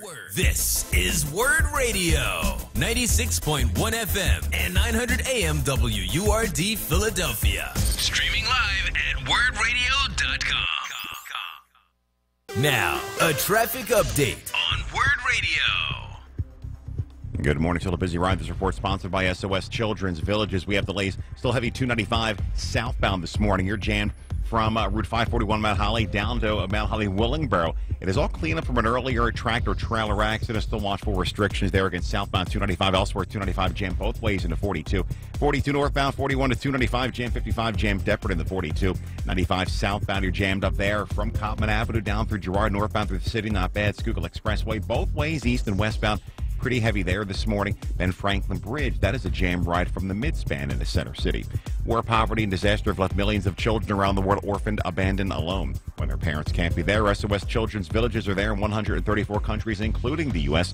To make a difference in a child's life, go to sosusa.org. For more traffic information, log on to sigalert.com. I'm Jim Bachman with your Philadelphia area traffic. It's Wake Up with Word, hosted by Solomon Jones. Right now on Word Radio, 96.1 FM and 900 AM WURD.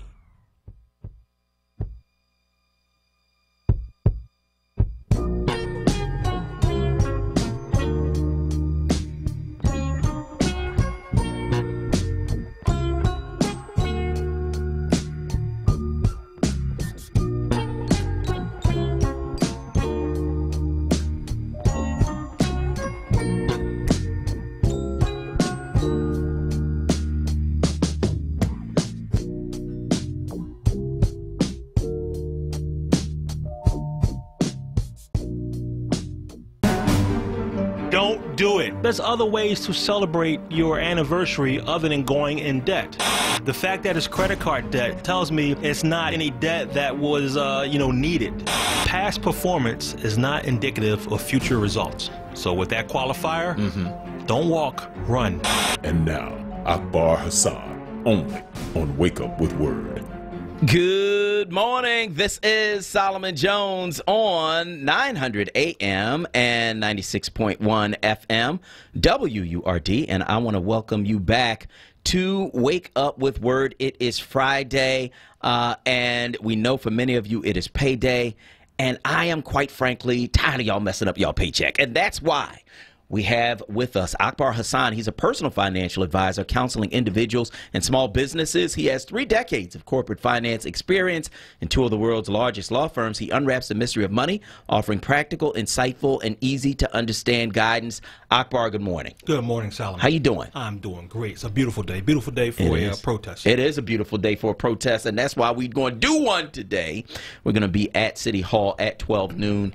We're going to meet on the south side at the Octavius Catto statue, and we're going to raise our voice around some serious issues, some structural issues, to make sure that our people cannot be abused by those who abuse their badges as police officers. So we're going to be doing that today at 12 noon, Akbar, and it's necessary. It is necessary. Yeah. So around the money, though. The money. Yeah, we got to talk about the money. Now, Akbar, I've been taking a lot of your advice, man. Paying down credit cards. Very good. Trying to budget, and I'm seeing a difference, man, in how our finances are playing out. And so I appreciate you, and I know many of our listeners do as well. But we always get a question every week from, yes, we do, from one of our listeners. And so what have they said this week, Akbar? So this week's question: going to receive some funds from a settlement, and I will be meeting with my financial person once I receive. Okay. Absent what he tells me, what are my options? I'm expecting an amount north of $20,000. Okay. Wow, that's a very good question. Mm-hmm. I have a distant relative, and at the time he was about 30 years old, and he came into some cash from the settlement. It was around $80,000. Okay. I wish I could tell you that he invested in a business and something like that, but that didn't happen. Okay. He managed to treat all his friends. He rented some Hummers to go to the strip club multiple times with him and his friends. Not the one close by. You got to go to AC. Yeah, yeah. He did that. Right. He did the stereotypical buy chicken and Chinese food. The short story is all the money's gone. Yeah. Yeah, within 2 years. His mom also gave him a car, which he wrecked. New car. How did the mom get involved? Well, actually, the $80,000 came from her because she got the settlement, and her settlement that she got was $500,000. Okay. Which is all gone. Yes, yes. Taking trips, frivolous trips, buying real estate and without doing research, and they come and repossessed it and a bunch of other stuff, but all gone. Wow. That is what can happen. And what happens is money is very emotional. Yeah. And when a pile of money lands in your hand, it's like sand in your hand. It just goes through it. And without proper financial advice, you will spend that money. Yeah, yeah. What should you do with a windfall? First thing you do, and you're doing the right thing, is seek a financial advisor. Now, a lot of people say, I don't need someone to tell me how to spend my money. Yeah. Well, Godspeed, good luck to you. What normally happens when people receive a windfall is it's gone. Yeah. All right? What you should do, aside from going to a financial advisor, if you choose not to, that's up to you. I would say take 10%, 5 to 10%. That's the amount you're going to blow. Okay? That's the amount you're going to blow. What you should do is you should pay down all your debt. Yep. I mean, it sounds obvious that, I'm going to pay your debt, but you would be amazed at how many people don't do it. Yeah. Pay down your debt. So you have any medical bills, you have any credit card bills. If you can pay money on your house, pay that off. Yeah. Okay. The second thing you want to do is invest in yourself. How do you do that? Depending on what age you are, maybe you should go to school. Go to a trade school, okay, because college isn't for everyone, or go to college. If that's not something you want to do and you have kids, put them through school. If they're through school, put some money aside for your grandkids. It's about paying it to your generation, to your offspring, all right? So that they have a leg up for the future. That's what that's about. Next, put some money away for retirement. All right, that's the main thing, and that's what a lot of people don't do. They have this I'm not going to be around tomorrow mentality, so I might as well enjoy today. You're probably going to be around tomorrow, despite what the news and that we hear in the world. We're probably going to be around today. So save for tomorrow. Yeah. All right. Invest for tomorrow. Given the choice between eating a fruit out of a bowl today or planting an orchard, which takes time and gives you much more yield, a lot of people opt for that bowl of fruit instead of planning for the future. Yeah. You must plan for the future. Give some to charity, to your church. Okay. Definitely do that. And lastly, don't forget to have fun. So that little 10% or 5 or 10% you took out, don't forget to go out and have a good time with it. Get that off your system. One thing you don't want to do is keep up with the Joneses. All right? Now's my time to get back to my neighbor. Yeah, that car has been eating me up. That's sitting in the drive. Wait till I say I'm going to get the 2022 version. That's right. I'm going to get a Tesla 900. Right. You know, don't even exist right now. You know, I'm going to show him. Yeah. You know, I'm going to plant my grass better than Solomon Jones. Good luck. I'm going to put stuff on there so the birds and squirrels can't eat it. I'm going to show him. I'm going to show him how it's done. I'm going to go bankrupt doing it. Right. You know, don't do that. Don't keep up with the Joneses. Yeah. So, you know, think about the future. And if you think about the future, the money will last a lifetime. Yeah. And, you know, when it comes to money, all we need is a spark. And when you're given that spark, don't squander it. Yeah. We talk about wealth and things like that, what we should do with our money, but a lot of times we get this wealth from different sources, different streams, and we waste it. Yeah. You know, God forbid reparations comes around tomorrow. You know, how many of us will be able to pass money on to our next generation? There it is. So there it is. Save your money, invest in yourself, invest in the future. I love it. That is absolutely, that is a marvelous plan. And I like what you said about, okay, you know you're gonna blow some. Decide how much that's gonna be. Yeah. Like 5 to 10%. Yeah. This what we're gonna blow. Yeah. But beyond that, pay down your debt, invest in yourself, put some away for retirement, give some to charity, and think about the future. That's right. Think about the future. Yeah. That money should last a long time. That's right. That's why, you know, people who've received windfalls, they always say, "Oh, it's the worst thing that ever happened." No, it's not the worst thing that ever happened. It's the best thing that ever happened. It's the worst thing you ever did. Yeah. When you got it. Yeah. So invest in yourself, invest in your future, and you will change the legacy of your offspring. There you go. That is Akbar Hassan. Always with wise advice. He's a personal financial advisor, counseling individuals and small businesses. He has 3 decades of corporate experience in 2 of the world's largest law firms. He unwraps the mystery of money, offering practical, insightful, and easy to understand guidance. Akbar, how do people get in touch with you? On Twitter, AK Hassan Real, and on email at akbar-hassan@comcast.net. All right. Akbar, I want to thank you so much, man, as always, just for that wisdom. We appreciate it. My pleasure, Sal. All right. So we're going to take your calls at 215-634-8065. That's 215-634-8065. That is the number you can call to get in on the conversation right here at WURD Radio. And I'm telling you, man, that's wise advice. That is wise advice. And one of the things that happens when you get a windfall and you begin to pay down debt, one of the things that happens is your credit score goes up. And so if you want to make some kind of investment in the future, right, that means that you can borrow money at a lower rate than what you could borrow it for before.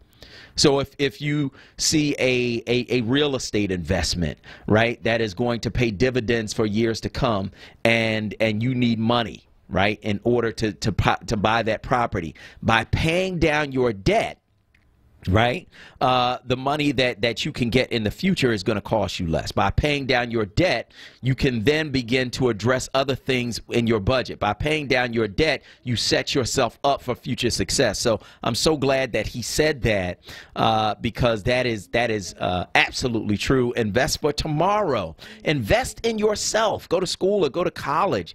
College was one of the best decisions that I ever made in my life, because going to college allowed me to get in atmospheres and to get in jobs that otherwise would not have been available to me.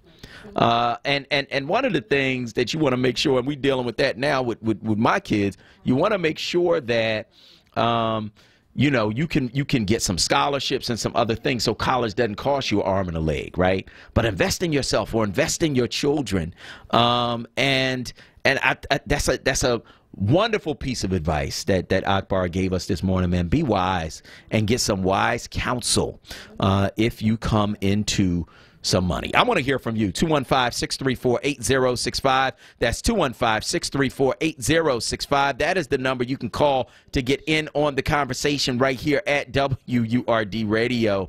And so we want to hear what you have to say on Facebook.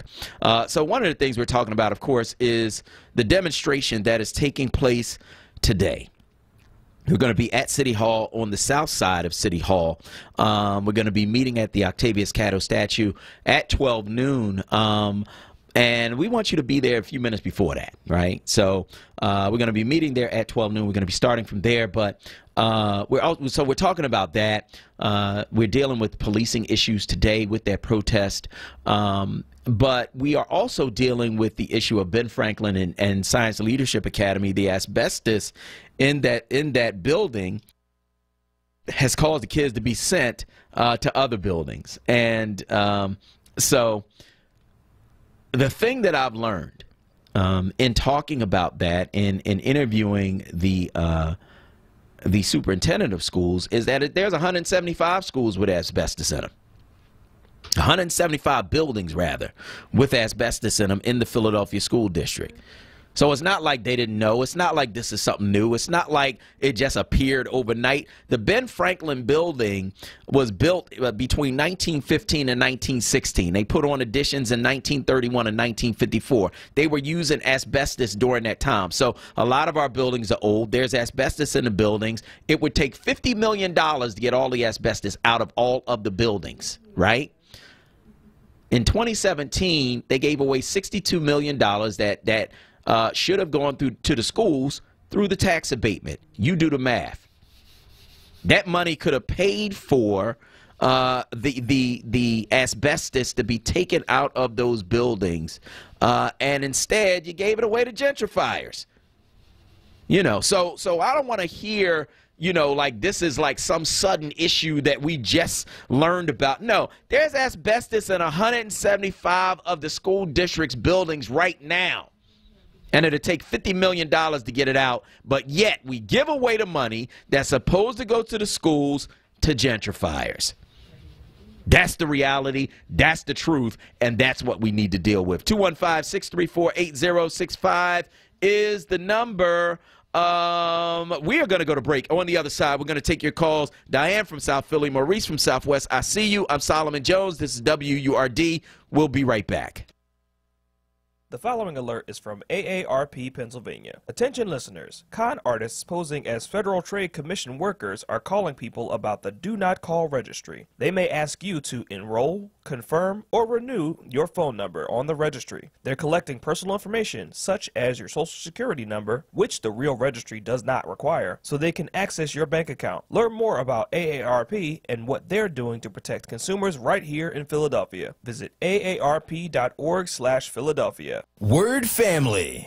Our friends at Amoroso's Baking Company are hiring right now. Amoroso's has been baking the delicious bread in our community for over 100 years, and they want you to join their team today. The old and the young love Amoroso's, and they are hiring production, packaging, and sanitation employees right now. Check it out. They offer fair pay and provide health, dental, and prescription plans after 90 days of employment. They're also hiring part-time and seasonal employees. Entry-level candidates are encouraged to apply. Call Scott Drummond at 856-754-0360 or visit amorosos.com for details. Support independent black media and join the Forward movement now at 215-425-7875 or visit wordradio.com.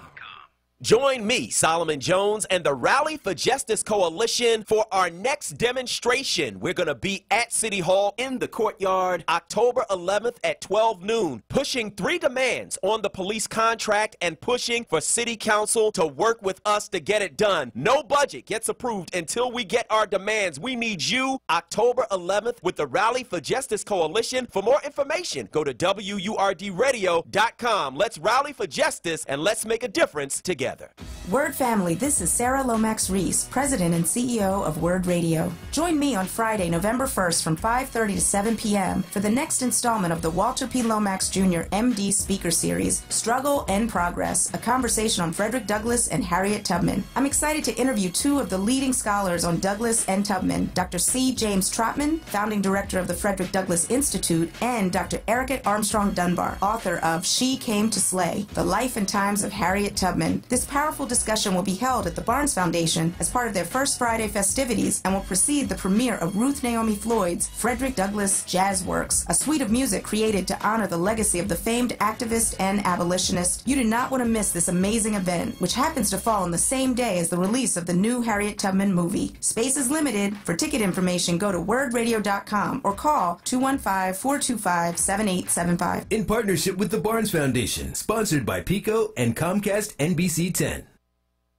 It's Wake Up with Word, hosted by Solomon Jones. Good morning. Right now on Word Radio. 96.1 FM. And 900 AM WURD.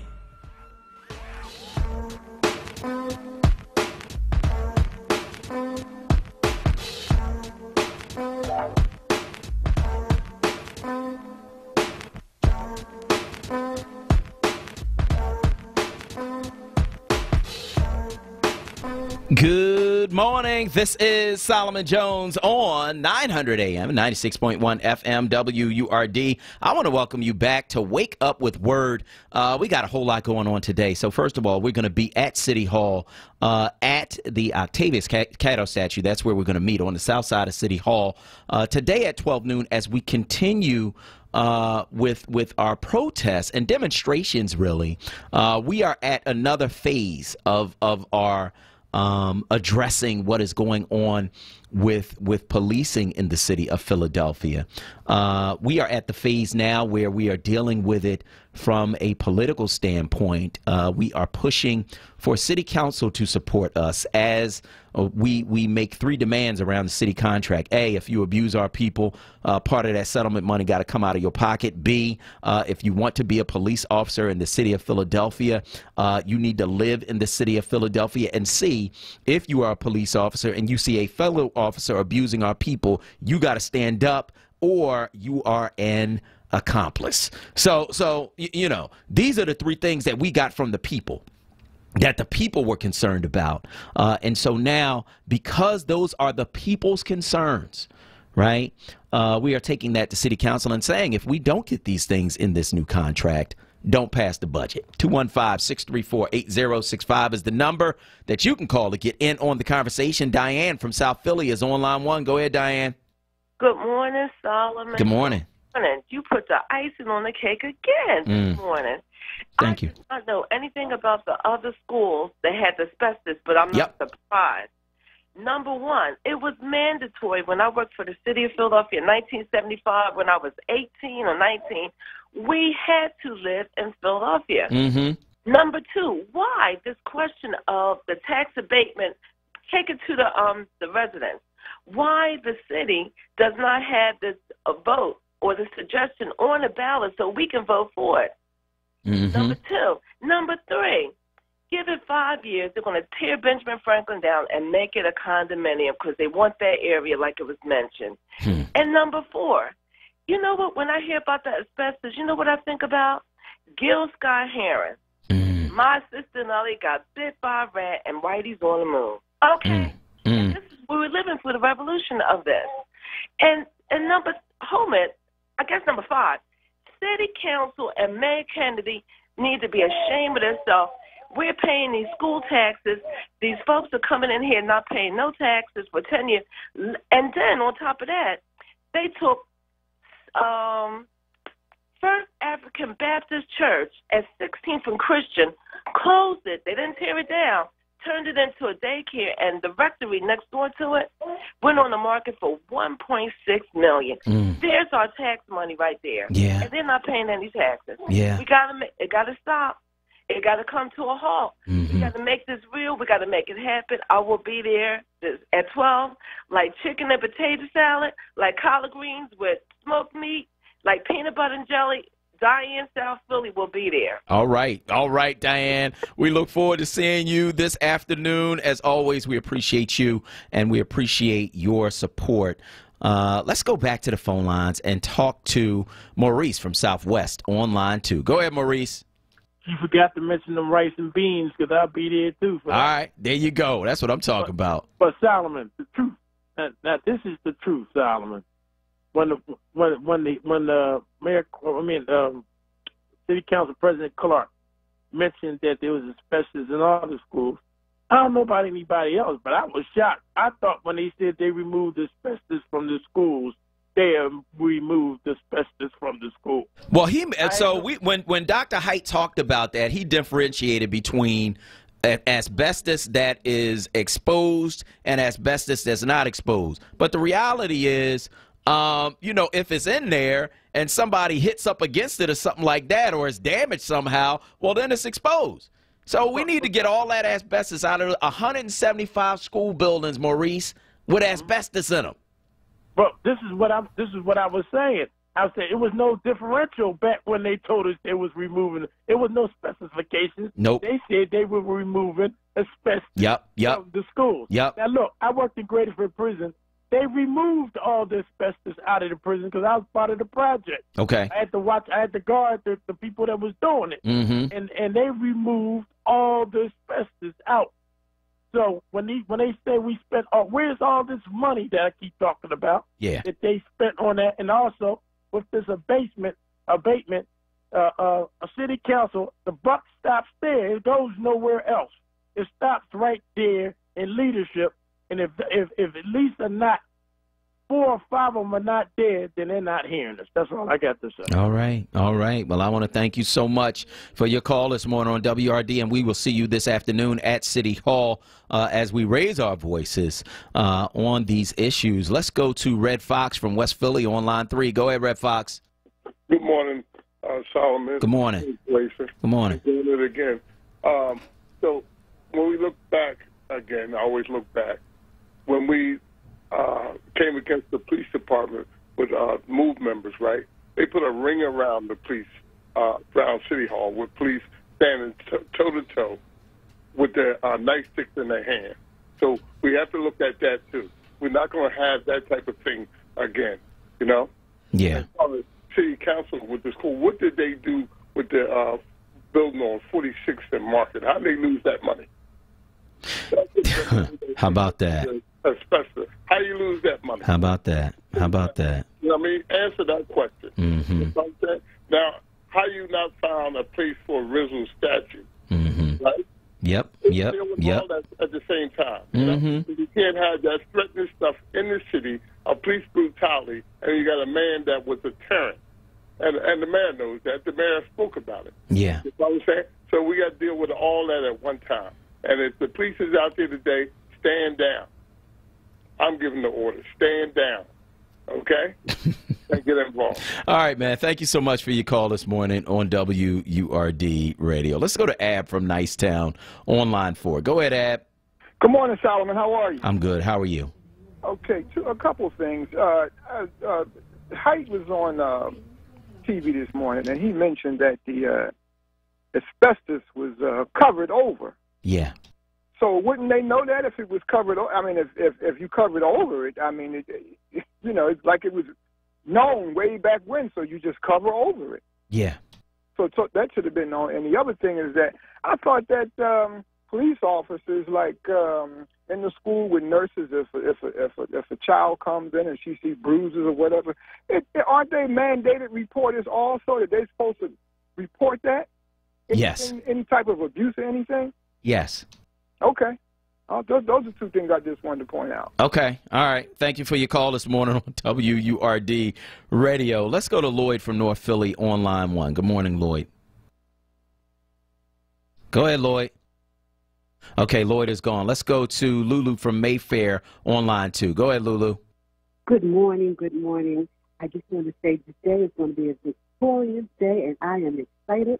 When we stand together, we will fall for nothing. Man. So all of us need to be commended because we are no longer going to be led astray, so I'm just excited about it. I all right. I'm going to be strong, and that's it. That's it. Thank you so much. We look forward to seeing you today at 12 noon. We're going to be at City Hall, and we're going to be raising our voices around the issues concerning policing in the city of Philadelphia, and some of the structural issues. It's about structure now, because you can talk about things one thing at a time and address things one thing at a time and all of that.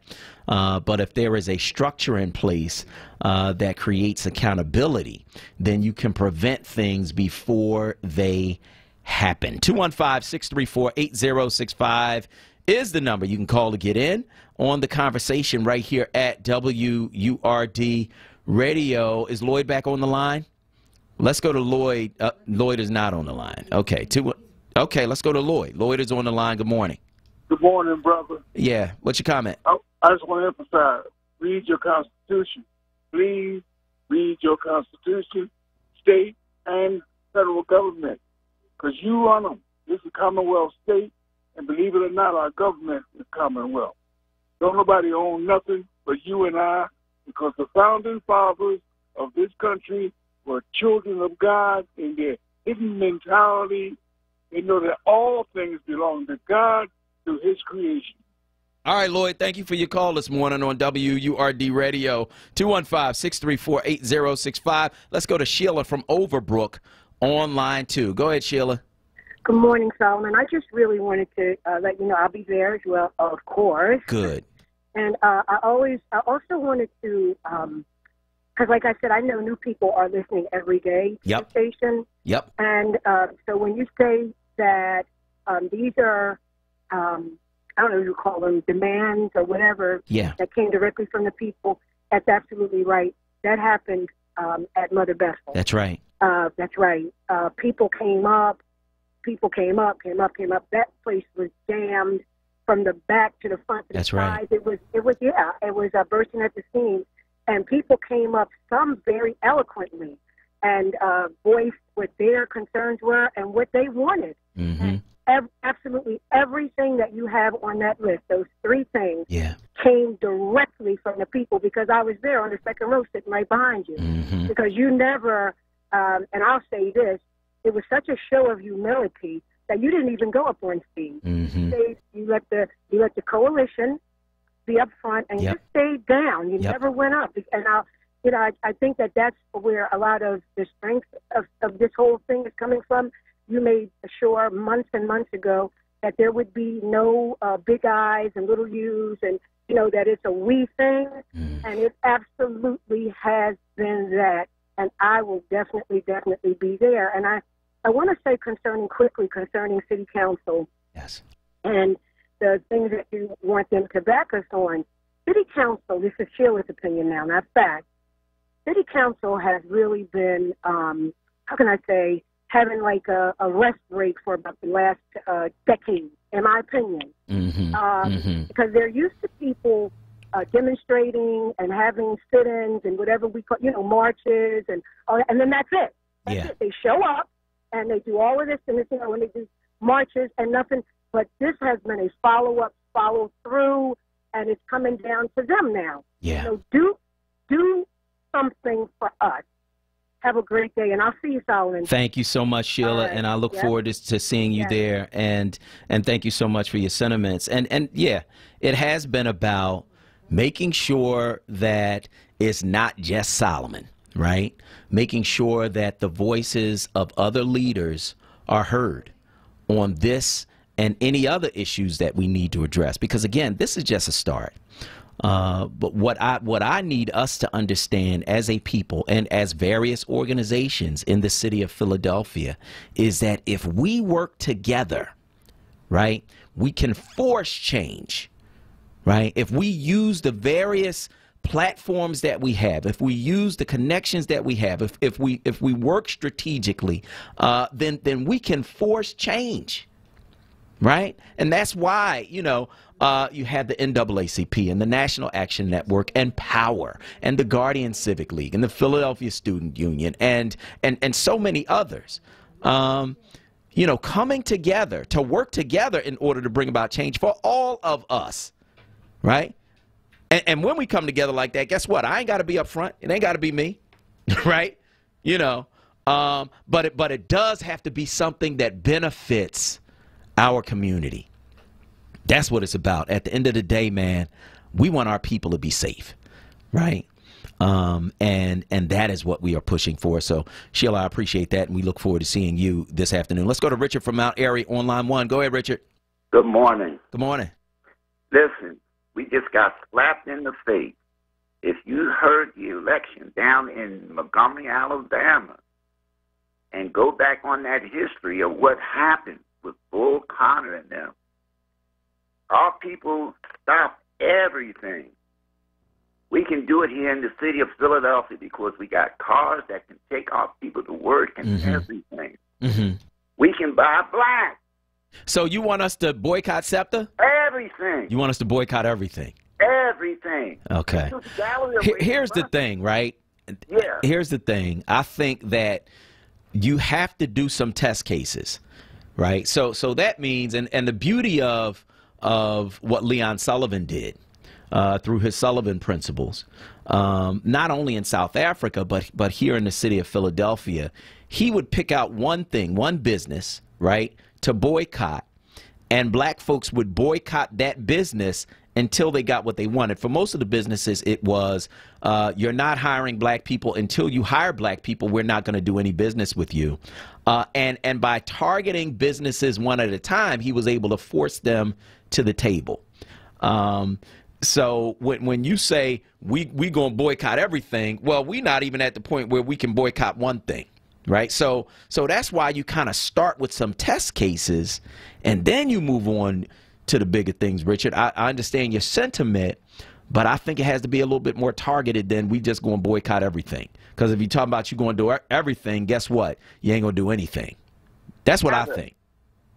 That's what I think. Yeah, that's what I'm saying. Uh-huh. And let's get it done. All right. I hear you. Well, hopefully we see you today. We're going to be at City Hall at 12 noon, right there at City Hall, and we want to see you there. I'm Solomon Jones. This is WURD. On the other side of this break, we're going to be talking with Hans Minos from the Philadelphia Police Advisory Commission about the Facebook case that started it all. He's got some things that he's trying to do with that. We're going to talk with him on the other side. I'm Solomon Jones. We'll be right back. Don't miss the Electric Magazine Show, hosted by Cody Anderson and Vicky Leach. Saturday mornings from 7 a.m. till 9 a.m. Exclusively on Word Radio, 96.1 FM and 900 AM WURD. Tune in this Sunday at 5 p.m. for an educational show titled Schoolin', with information to help you navigate the sea of educational choice in Philadelphia, with your host, Dave Hardy. The Kimmel Center presents Marcus Roberts and the Modern Jazz Generation. Pianist and composer Marcus Roberts has been hailed as the genius of modern piano. With drummer Jason Marsalis and bassist Rodney Jordan, the Modern Jazz Generation was founded on the principle of mentorship, a critical component of both the evolution of jazz music and Marcus Roberts' musical mission. Marcus Roberts and the Modern Jazz Generation, Friday, October 11th only. Tickets at kimmelcenter.org. Word family, you are not alone. October is Breast Cancer Awareness Month, and Word Radio wants you to know that those who suffer from this disease, their families, and friends are not alone. Word Radio encourages everyone to fight. That's why we're launching Fight Forward, an awareness campaign aimed at bringing attention to early detection, support groups, prevention, and treatment of breast cancer.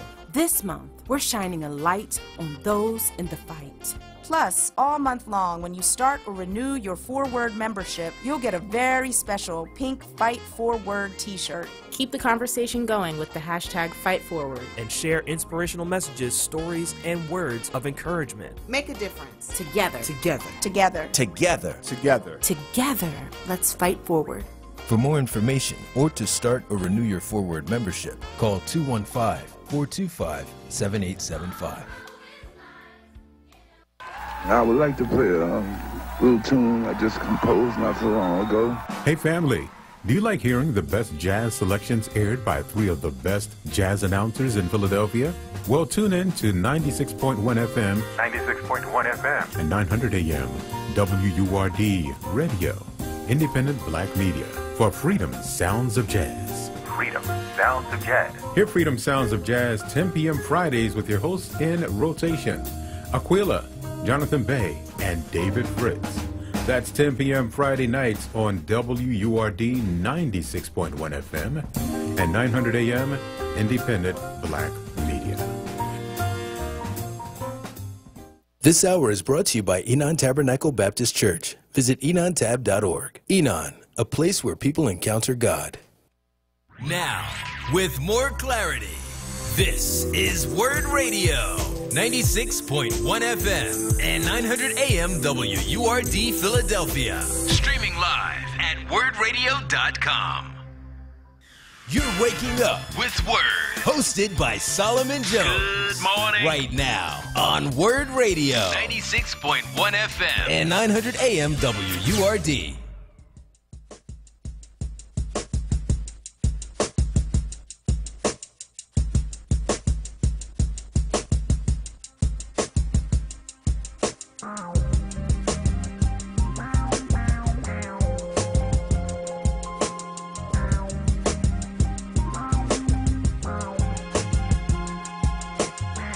Good morning. This is Solomon Jones on 900 AM and 96.1 FM WURD. And I want to welcome you back to Wake Up with Word. Of course, we're going to be protesting at City Hall today at 12 noon as we look to address the structure of the police contract to create more accountability so that abuses in our community at the hands of bad police cannot happen in the future without somebody being held accountable. So we're doing that, and it's really this whole thing started with some Facebook posts that were done by 328 Philadelphia police officers, active or retired, who posted racist and anti-Islamic and other things on Facebook about the very people whose communities they patrol, about the very people who pay their salaries. This all started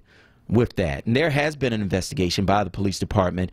Hans Minos of the Philadelphia Police Advisory Commission believes there should be more, and he's joining us this morning on WURD. Hans, good morning. Good morning, Simon. Thanks for having me. You're welcome. So what is it that you would like to see regarding the investigation of those racist Facebook posts that were done by those 328 officers? So as the investigation goes, where the issue starts for us is the idea of the structure of the investigation. So is it a transparent and public investigation? Can anybody request access to it and understand the process?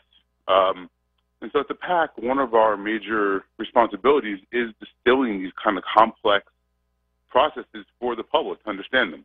And so that's what we try to do with our report on this topic, that effectively asks the police department why they classified the Facebook investigation as an internal investigation, which means that no person can see the hearing, should a hearing occur, and no person can review the investigation into any of the officers because it's classified as internal. And so we questioned why that was the case. The police department disagreed with our assertion that it should not be an internal, and that's where it is. That's where it sits now. And we also tried to speak more broadly about internal investigations as a principle. Should they exist, and should there be a stronger or more detailed policy that outlines when the police department can tell the public they can't see what is happening in terms of discipline of an officer?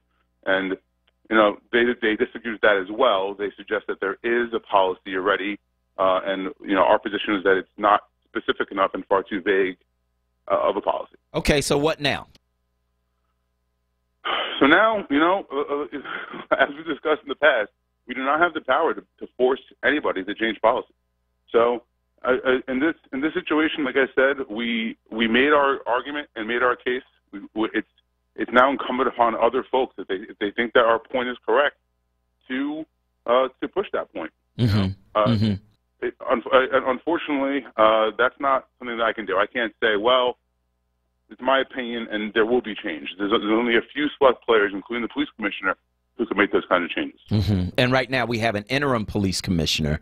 There is a national search for a permanent police commissioner. We have made some suggestions, some demands around that in terms of who we want, what kind of person we want, what we would like to see in terms of a new police commissioner.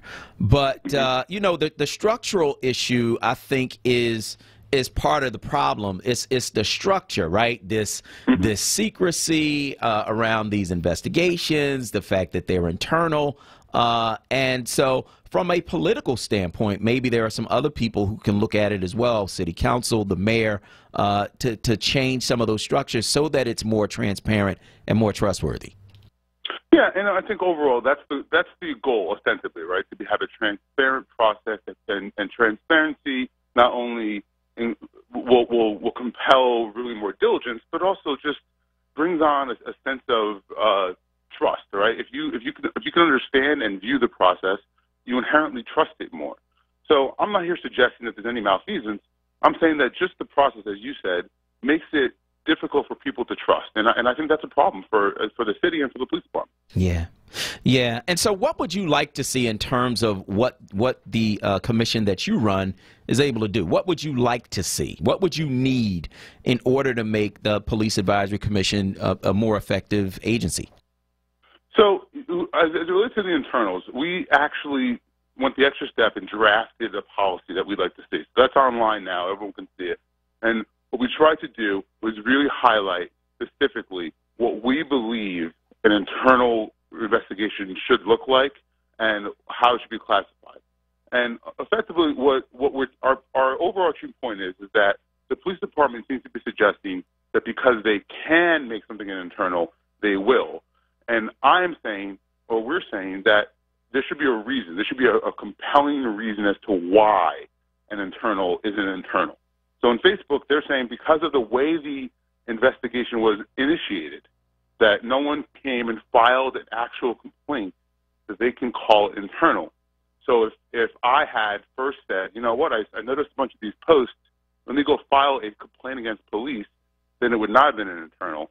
But because they were notified as opposed to a complaint, it's really, in my opinion, it's too akin to splitting hairs, in my opinion. And I'd like to be more specific. I'd like to be more specific because at the end of the day, so it shouldn't be. So just because you can make it internal doesn't mean you should make it internal. And the default position should be that it's a public thing. We all know what's going on because we all have the right to know. That's exactly what we're trying to say. Yeah. That's what it should be. Unless there's a real, tangible reason why this should be an internal investigation, then it should be public. And and I think we at the PAC we're trying to be reasonable. So we leave room for these for what the police department says is important. Yeah. An officer doesn't want to come forward because they're fearful of retaliation. Maybe the police department use some investigative tool that they don't want to expose, so they want to keep that internal. And so they want to keep that from going public. So we are sensitive to that. But outside of those situations, it should not be internal. And so the Facebook investigation, I'm not aware of anything that actually needs to be confidential. Yeah, I hear you, and it's not confidential anyway. Well, the investigation is, but we all know what the posts say because it's right there on plainviewproject.org. Like, we can just go there and read them. And Solomon, to your point, the primary investigative tool is what? The Plainview Project database. Yep. Created by civilians. Yep. So, you know, it really confuses me, and I think it's a mistake. But that's their decision, and all we can do is highlight what we believe is right. All right. So where can we find your report on this whole thing? You can find all of our reports, and I encourage everyone to read all of them on our website, which is you can just Google Philadelphia Police Advisory Commission or phila.gov/PAC. But the Google option is usually easier to do. All right. All right. Hans Minos, he's the Executive Director of the Police Advisory Commission. I want to thank you for joining us this morning on WURD. Thank you, Tom. All right. We are going to take your calls at 215-634-8065. That's 215-634-8065. That is the number you can call to get in on the conversation. It is a beautiful, crisp fall day today, Kawesa. Beautiful outside, blue skies, that whole thing. Yeah. What do you think? It's really nice. Yeah, it is. It's nice, and you know, it was nice and crisp when I walked out, but now that I'm looking out the window, I just see sunshine and blue skies. So I might have to take a little walk a little bit later just to, you know, regroup and center myself and all that fun stuff. So it does. It looks beautiful. Yeah, it is. And it's a beautiful day for protests. Y'all come out. We're going to be there at City Hall at 12 noon. And we're going to meet at the Octavius Catto statue on the south side of City Hall. We're going to start there. We want you there. Right? We want your face in the place. We want you in the building. We need you there today as we deal with these issues, taking the next step in this process, because that's really what it's been. It's been a process of making sure that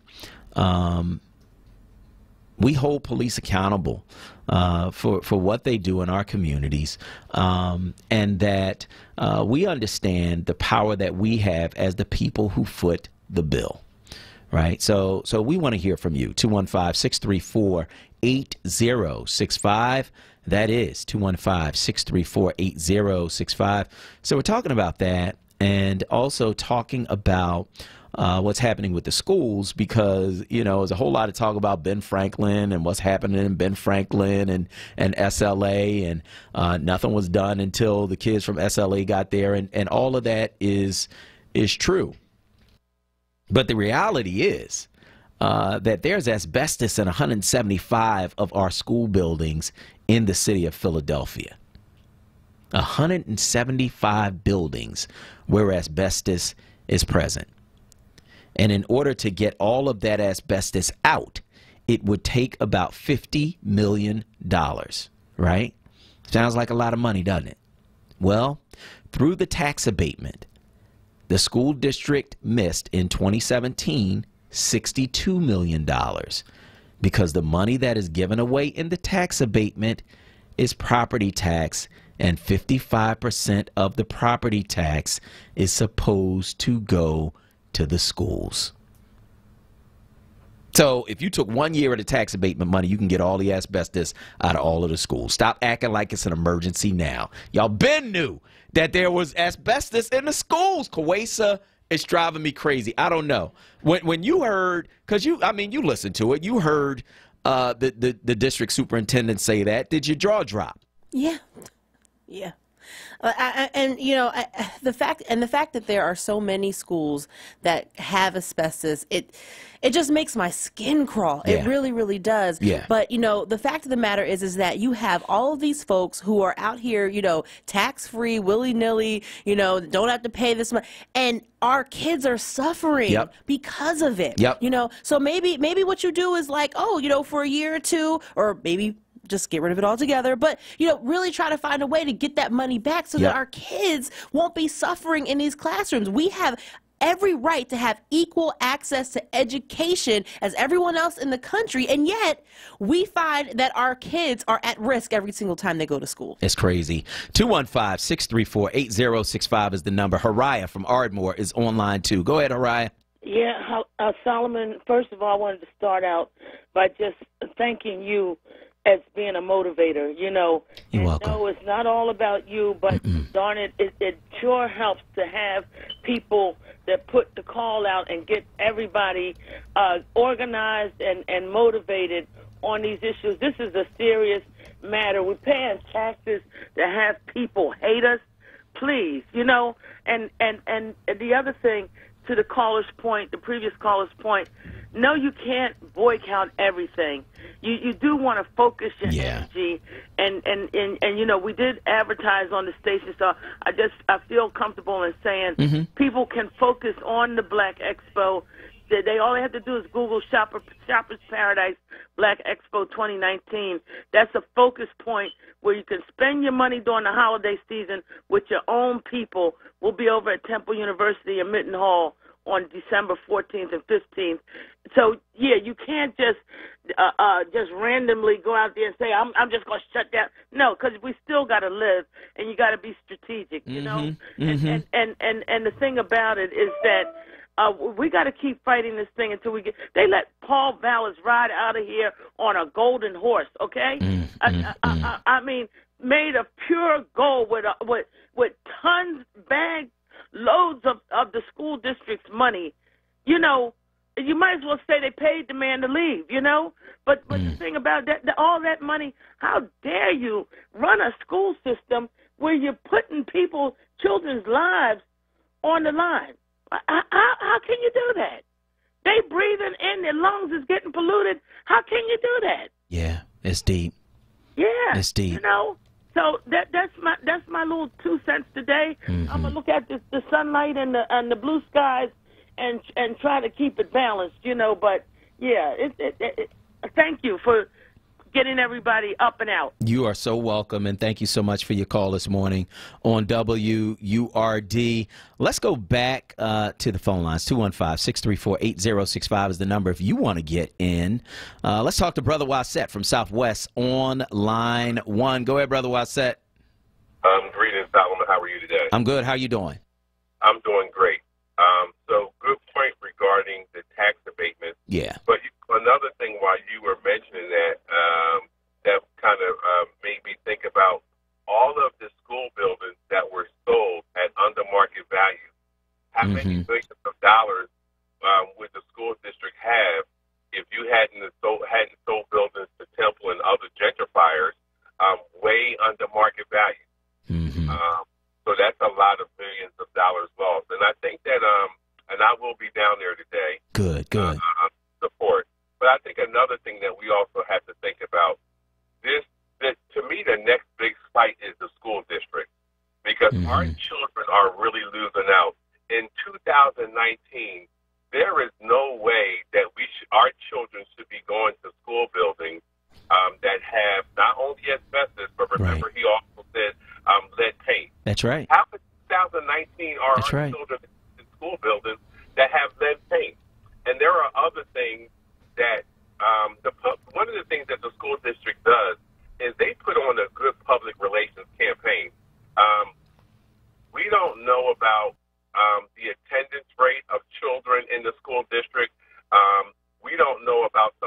violence that's going on in the school district, where a lot of times teachers and students don't feel safe. And lastly, Brother Leon has been sounding this trumpet for a long time. Why in the state of Pennsylvania do all other school districts have elected boards, and Philadelphia is the only school district that doesn't have an elected school board? There are some things that we need to do about that, and I'm just going to say this in closing. The black community in Philadelphia should be ashamed of itself, because we should literally have the school district on lockdown and make them do what they're supposed to do. And I thank you for your service. All right. Well, I want to thank you so much for your call this morning on WURD Radio. And I appreciate it, man. And I look forward to seeing you today at 12 noon. I think we have to learn how to organize. We got to build up those muscles again. And learn how to organize, learn how to work together, learn how to have a goal, and learn how to get what we want. You know, a lot of times, man, I think we just, we're so angry and so frustrated and so put upon that we just want to scream and holler. We just want to get it out. But we don't have any goal. We don't have any agenda. We don't have any plan. It's just, I would just want to scream and holler. We saw that at the first protest. Like, there were people who were there who just wanted to scream and holler. They have no idea what the plan is. They don't know what we're trying to do. They making demands and they got nothing to do with what we want.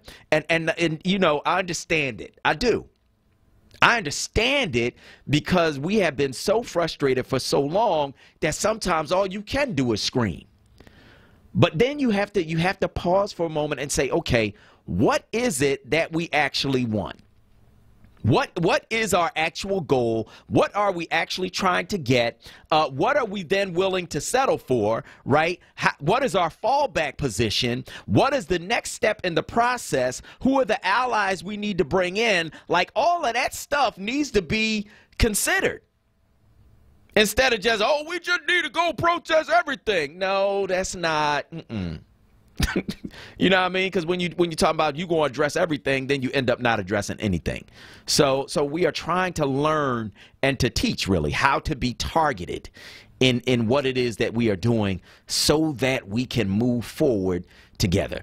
We'll see you at 12 noon at City Hall for that protest today. We are going to go to break. On the other side, we're going to talk to you, 215-634-8065. I'm Solomon Jones. We'll be right back. The Shamari Show. Fridays, 1 p.m. till 4 p.m. on Word Radio. And streaming live on WordRadio.com and the Word Radio app. Listen to Laborers Live. We created the weekend. We created the 40-hour work week. We just want enough to feed our family, be able to send our children to college, and let our next generation do better than we did. To people that might have forgot how important unionism is in a country like the United States. People now infringing on our 8-hour workday, trying to work people more than 8 hours without overtime, trying to work people without benefits. In the long run, everybody's getting a fat paycheck except the worker. So this is really a wake-up call for America. The struggle is continuous. Tune in to Laborers Live every Friday from 4 to 5 p.m. Sponsored by LESIT, the Laborers Employers Cooperation Education Trust of the Laborers District Council of Philadelphia and vicinity. Local 332, Sam Staten Jr. Business Manager. Local 57, Esteban Vera Business Manager. Local 135, Dan Woodall Jr. Business Manager. Local 413, James Harper Jr. Business Manager. The Laborers District Council, Ryan Boyer Business Manager, and Tony Staten, Executive Director of LESIT. Word Show on the go. Tell us where you'd like to see the rapping professor, Dr. Aaron Smith, bring the Word Show on the Go team next. Visit wordradio.com. Click the Word Show on the Go banner and let us know about your community event, big news in your community, or an issue you'd like to see addressed. You can also catch up on the latest episode of Word Show on the Go, or binge watch previous episodes. It's Word Show on the Go with the rapping professor, Dr. Aaron Smith, exclusively on wordradio.com. Word Show on the Go is funded in part by the Facebook Journalism Project Community Network. Word Radio, 96.1 FM and 900 AM. WURD. Join me, Solomon Jones, and the Rally for Justice Coalition for our next demonstration. We're going to be at City Hall in the courtyard October 11th at 12 noon, pushing 3 demands on the police contract and pushing for City Council to work with us to get it done. No budget gets approved until we get our demands. We need you October 11th with the Rally for Justice Coalition. For more information, go to WURDradio.com. Let's rally for justice and let's make a difference together. Independence is a precious thing, but now and then everyone needs a little help.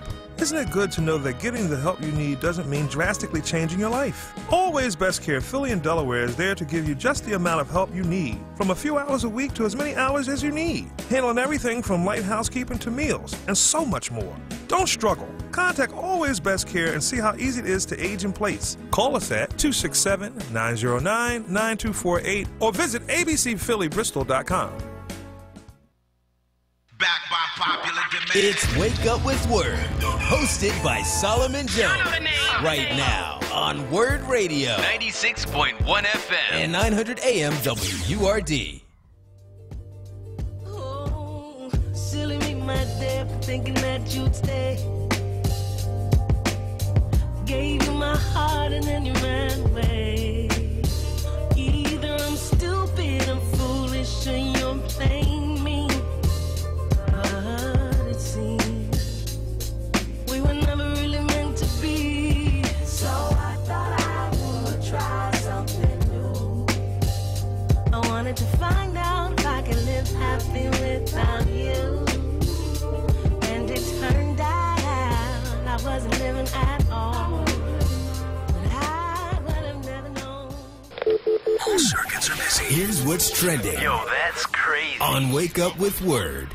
Lupita Nyong'o is now a published author with a children's picture book called Sulwe, which sends a powerful and much-needed message to girls of color. Lupita pointed out that at a young age, girls are taught that light skin is preferred over dark skin, and that books like Sulwe can help to encourage self-love for darker-skinned girls everywhere. And a white woman in Florida was caught on video calling a black boy the N-word after she saw him drop a gum wrapper on the sidewalk. He didn't pick it up fast enough, and so in a video posted to Facebook, the teenage boy is seen walking away from the woman as she tells him to pick up the wrapper. The woman has now been given the title, Pick It Up, Peggy. And Montgomery, Alabama, a city where more than half the population is black and known as the birthplace of the civil rights movement, elected for the first time in its history a black mayor, Stephen Reed. He was also the city's first black probate judge as well. So shout out to Alabama. And that is what's trending. All right, that's what's trending right here on WURD Radio. You can, of course, go to our website, WURDradio.com. That's where you can check out our stories. That's where you can link to learn more about today's Rally for Justice that is happening at City Hall. And we are really looking forward to that. We expect to see some members of City Council there. We expect to see some members of the media there. And we expect to see you there because this is about you. This is about making sure that our communities are safe and making sure that the structure is in place so that we can see accountability for those who would harm our communities. And again, I can't emphasize enough, man, those who are doing that job and doing it well, we applaud you and we want you to continue to do that job well. But there have to be some safeguards in place, man, because our lives are on the line. You know, those who want to do us harm literally have license to do it with a badge and a gun. And we have to make sure that those who don't want to do that job correctly, who are not there to protect and serve, who are there to do harm to our people, that there is a structure in place to deal with that before it happens. That's what today is about. And it's about making sure that the things that you said you wanted as a community, that those things are put forward to those who represent us. So we want to hear from you. Give us a call at 215-634-8065. That's 215-634-8065. That's the number you can call to get in on the conversation right here at WURD Radio. Let's go to the phone lines and talk to George from Somerville on line 1. Go ahead, George. What's going on, Jones? How you good, bro? I'm good, man. How are you? All right, man. It seems like you got your contingencies in place, so I just like to make sure and ask you a question or two, good brother. Okay. due to the fact I overheard that the last rally or protest that y'all happened to engage with, I happened to hear that a couple of your, I guess, protesters, I guess they was out and expressing outrage. How do you plan on dealing with the fact that you have the police officers there that can arrest the same amount of people that's there to protest against them? And also, would you be calling Donald Trump to bail him out? You know, he said that he was going to be bailing people out, or are you going to call the Innocence Project? And if so, is food going to be there too? George, what you talking about? So first of all, that's why you get a permit, bruh. You know what I mean? You get a permit so that the city knows that you are going to be there. And so that the police officers who are there are from civil affairs, the unit that deals with protests, right? That's number one. Number two, that's why you want to make sure that the media is there so that if anything it happens that isn't supposed to happen, that it is all recorded for posterity. And three, that's why you organize prior to getting there so you know who is supposed to be doing what. And so, you know, we've learned some things around the issue of protest in the city of Philadelphia. And so we fully expect that we will be able to raise our voices, that we will be able to exercise our rights, and that as long as none of our people get out of line, because those are the ones who get out of line, it'll be us. You know what I mean? As long as our people don't get out of line, we should be fine. Enjoy your day. All right, man. Thank you so much for your call this morning on WRD. 215-634-8065. That's 215-634-8065. That is the number you can call to get in on the conversation right here at WURD Radio. You can, of course, also weigh in on Facebook at onWURD. That's FORWURD. FORWURD. That's where you can weigh in on Facebook. So what are they saying on Facebook this morning? Let's see. We got a couple people. One is Sugar Phillips, who says this: I'm sick of this. The money for the schools are in the tax abatement. They may be saying the school is not fit to tear it down and remodel for high-priced housing to get those black kids off of Broad Street, and our black officials nod their heads in agreement. So what else are they saying on Facebook this morning, Kwesa?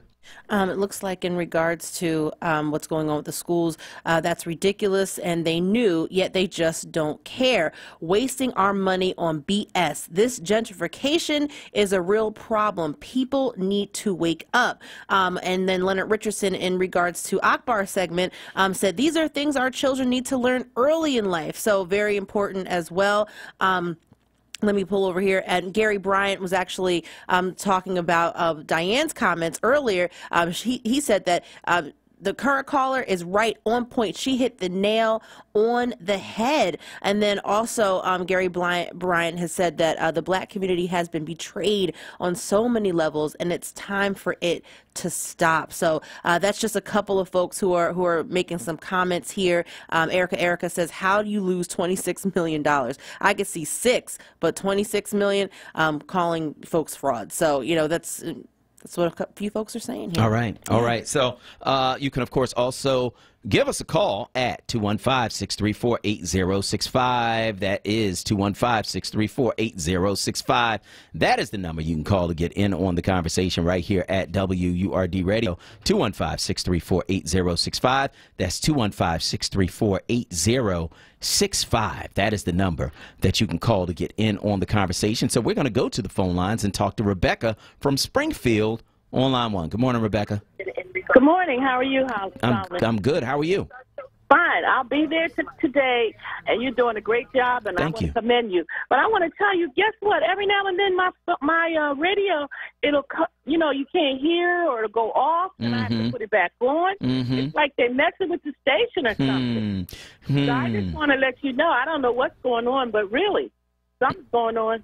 So sometimes it'll cut off. Sometimes I can't get you. I don't know what's going on. Well, I just want to let you be aware of that. Yeah. Well, that's why you gotta have the app. You gotta have the app, and you can put that right on your phone. You listen in clear digital sound, right?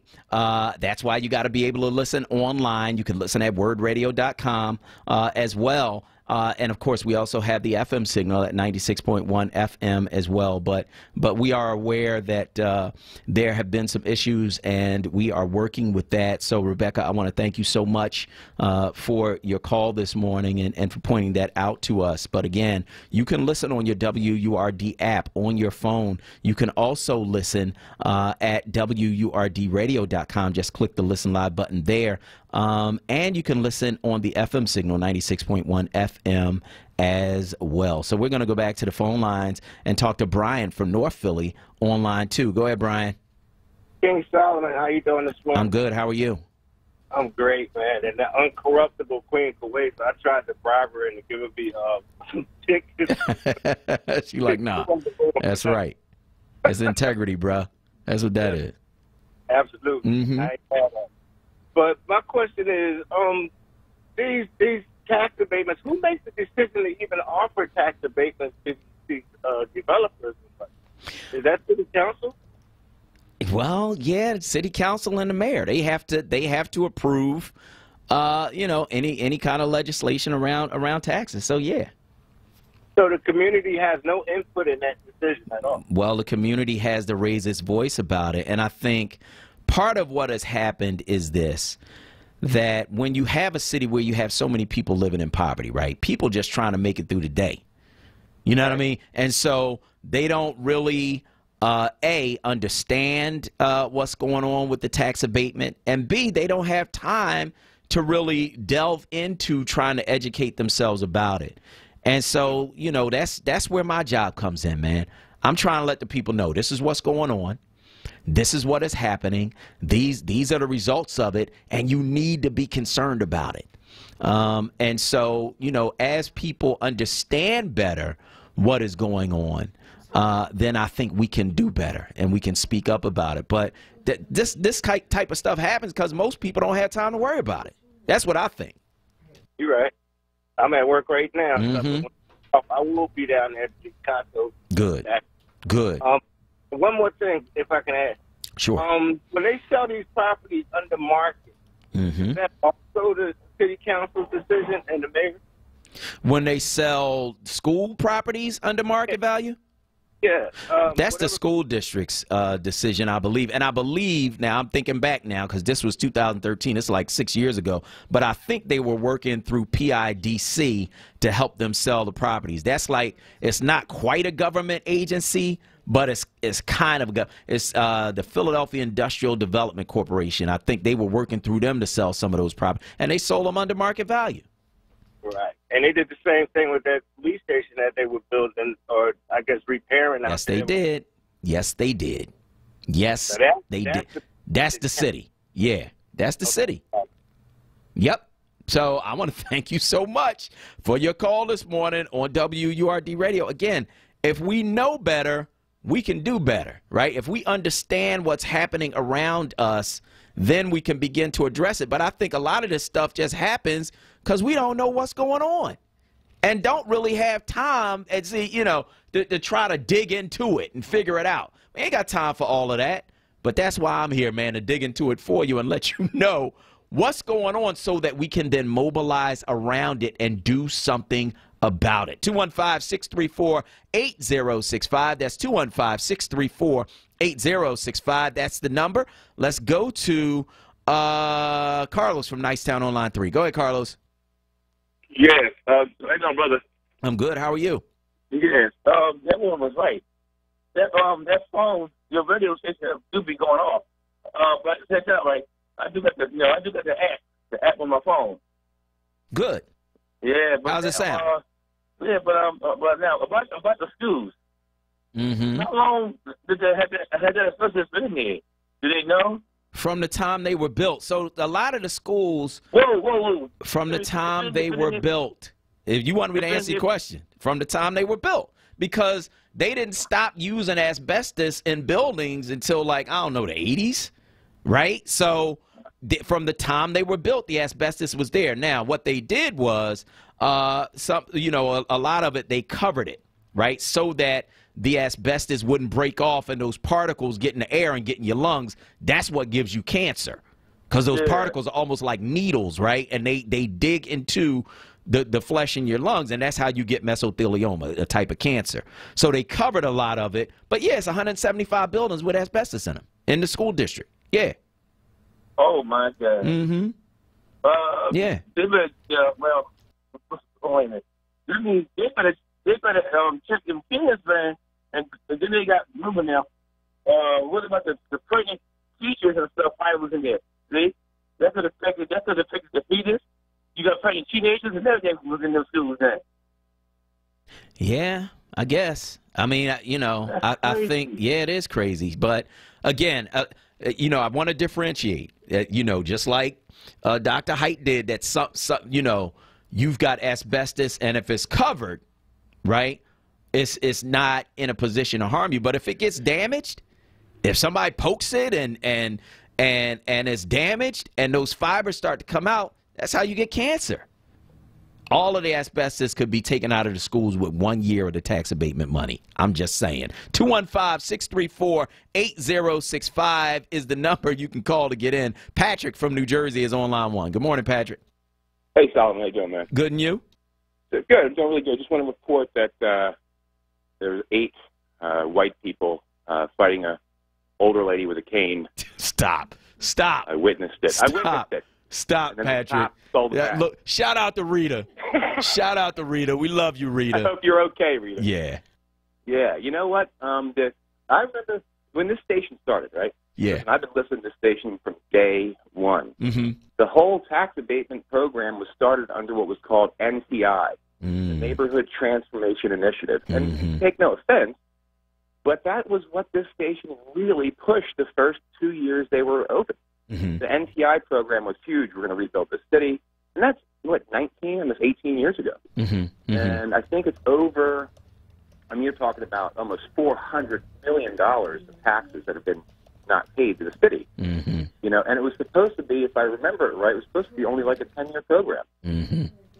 So you're talking about almost doubling this. And right where I'm at, I got a business in Kensington, right? Yeah. They're building these houses at Lehigh and Frankfurt. There's a big, giant, development going on. There's 75 really expensive homes being put in. Now, do you remember what was there 6 months ago right next to it in the tunnel? It was the tent city. Mm-hmm. They let the tent city live there long enough, it seems, to really make it so nobody wanted to be in that area. Yeah. You know, and literally, if you cross Lehigh, it's like people around here warn people who aren't from around here, don't cross Lehigh. Mm-hmm. Mm-hmm. You know, and now they're building across Lehigh $400,000 homes. Which the other thing is, Sal, this is where I'm at. They're ripping up the streets left and right, changing pipes and shutting down streets and having cops out there during the construction. How much public money is spent watching over these projects and being put towards the quote unquote safety of the project, like the fences around, the cops at night. You know, I'm telling you, I bet you there's an extra $100 million spent. And the last point, really, and this is the only city I've ever heard of it, we need to get rid of councilmatic prerogative. It's not in the books anywhere.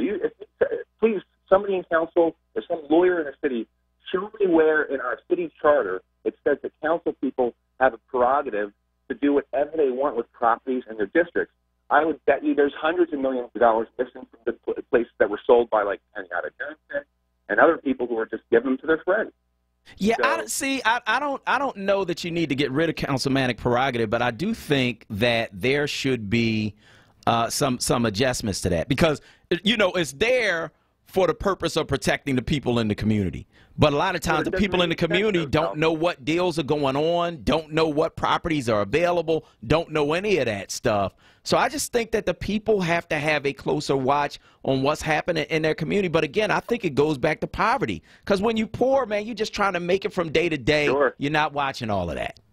Sure, I agree. Yeah. Well, I'll be down there. I'll see you today, man. All right, man. I look forward to it. So, all right. 215-634-8065. That's the number. We're going to go to break. This is our last segment. We need y'all down there today at 12 noon. We're going to be at City Hall, and we are going to be protesting to make sure that we have a structure in place so that we cannot be abused by police without any kind of consequence for that behavior. I'm Solomon Jones. This is WRD. We'll be right back.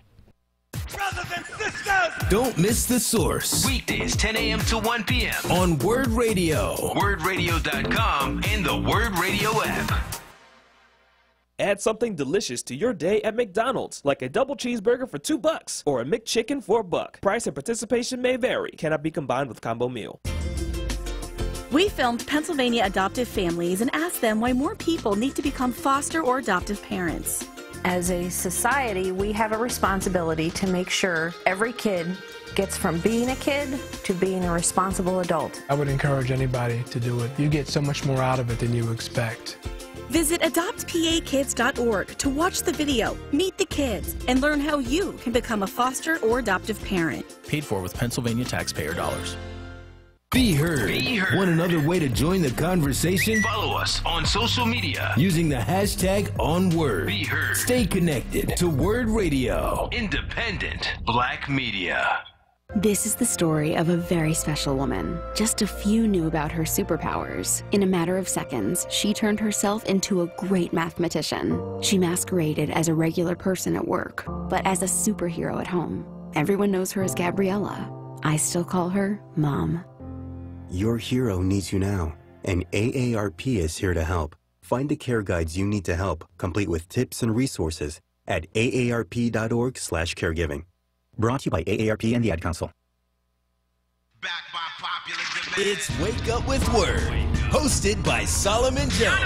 Right now on Word Radio, 96.1 FM and 900 AM WURD.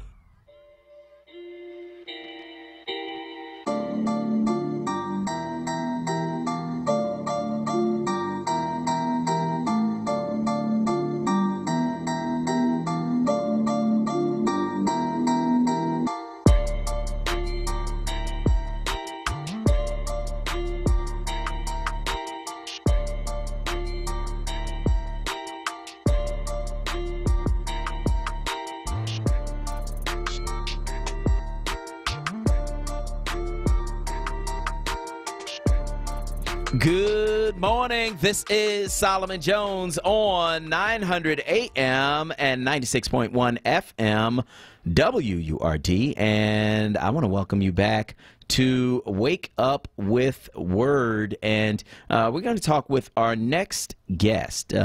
Next guest is on the line, and that is Winston Holton. He's the program manager for the Call Me Mr. program at Clemson University's College of Education. It's a mentoring program. Winston, good morning. Good morning, sir. How are you? I'm doing well. How are you? I'm doing great. Hey, it's Friday. We're getting ready to have another victory tomorrow against Florida State, so things couldn't be better down here in South Carolina. I hear you, man. I hear you. We'll see. Now, Florida is my father's home state, so we'll see what happens with that. All right. But listen, man. So, why did you start this mentoring program? Okay, so first of all, just for the sake of clarity, I am not the founder of the program. Okay. I am the program manager. I've been with the initiative since 2001. Call Me Mr. enrolled his first students in 2000. So I've been with it since almost the very beginning, but not quite since the early inception. Now, the program itself was founded by Dr. Tom Parks, a professor emeritus here at Clemson University, who was in ed leadership and lifelong educator. He was at the tail end, the twilight of his career, and he felt strongly that with all the successes that he felt he had personally, professionally, he felt like we had missed the boat in some very key issues, especially as it relates to educating Black and brown people in the state of South Carolina. And so, almost as his swan song, he created this program and partnered with 3 HBCUs in the state, Claflin University, Benedict College, and Morris College, to create a pipeline to produce the African-American male teachers. At the time, we did a scan. They did. I wasn't here. They did a scan of the state, and they could not find 200 African-American males teaching in the state of South Carolina at the elementary, middle school level. Now, understand what that means is we are a small state, but we're not that small. You're talking about 20,000 teachers, some over 600 elementary schools. And so you do that math, you don't have one black male in a school, in each elementary school. And you know how things work. So a lot of those males were concentrated in the urban area. So we had a lot of guys in Charleston and Greenville and in Columbia. So there were entire school districts that did not have an African-American male on their staff. And this was a state at the time that was almost 1/3 African-American, with the school population that was almost close to 60% African-American, the public school population. And we were having some of the same outcomes that you see nationwide. Our problem isn't, specific in centralized justice South Carolina. The outcomes that we're having with our black and brown students were deplorable. And so he felt strongly that by putting strong black male teachers in the role of educator and mentor, which is why Mr. stands for mentors instructing students toward effective role models. So mentoring is at the basis and heart of what our program endeavors to do, while at the same time being a very strong part of the almost the revitalization and rethinking of public education in the state. All right. So how does the program work? Basically, we partner with teacher ed programs. We started with three HBCUs, but over the past 20 years, since we're actually in our 20th anniversary right now, we have actually expanded to 24 colleges and universities in South Carolina, and we are a national initiative, so we're in 9 other states as well. But basically, we identify young men who endeavor to become elementary and middle school teachers. We do require that they teach at the elementary or middle school level, because we believe, kind of like an ounce of prevention is worth a pound of cure.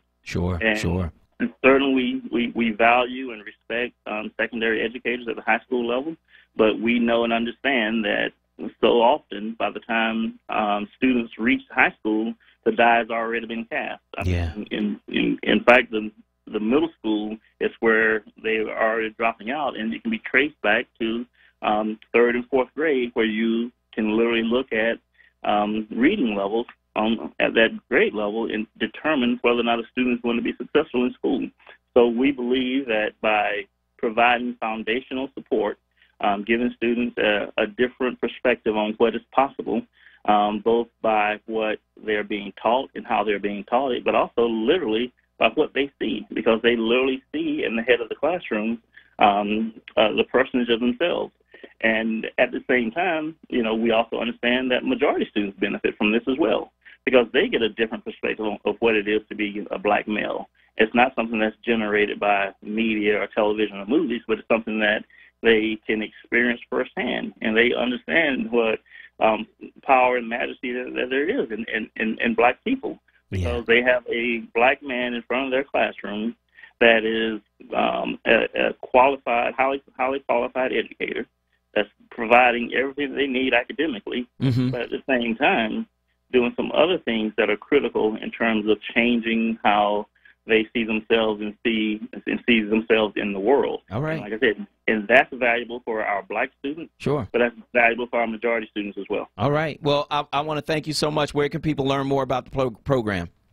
They can absolutely reach us on our website, www.callmemister.clemson.callmemister.edu. You can just Google Call Me Mister. You can Google black male teacher. If you Google anything related to black male teacher, I promise you Call Me Mister will probably be the first hit that jumps up. We are a bona fide program. No one else in the country, in this nation, has the track record that we have for producing black men. We've more than doubled the number right here in South Carolina. And as I told you, we have our tentacles now in 9 other states across this union. All right. That's Winston Holton. He's a program manager for Call Me Mister. It's a program at Clemson University and in 9 states across this union. We appreciate you, brother, and thank you so much for joining us this morning on WRD. Thanks for having me. All right. Talk to you soon. So as we hasten to a close, we want to hear from you. We got a couple minutes left. So if you want to give us a call, you can certainly do that. 215-634-8065. That's 215-634-8065. That is the number you can call to get in on the the conversation right here at WURD Radio. We are getting to the weekend.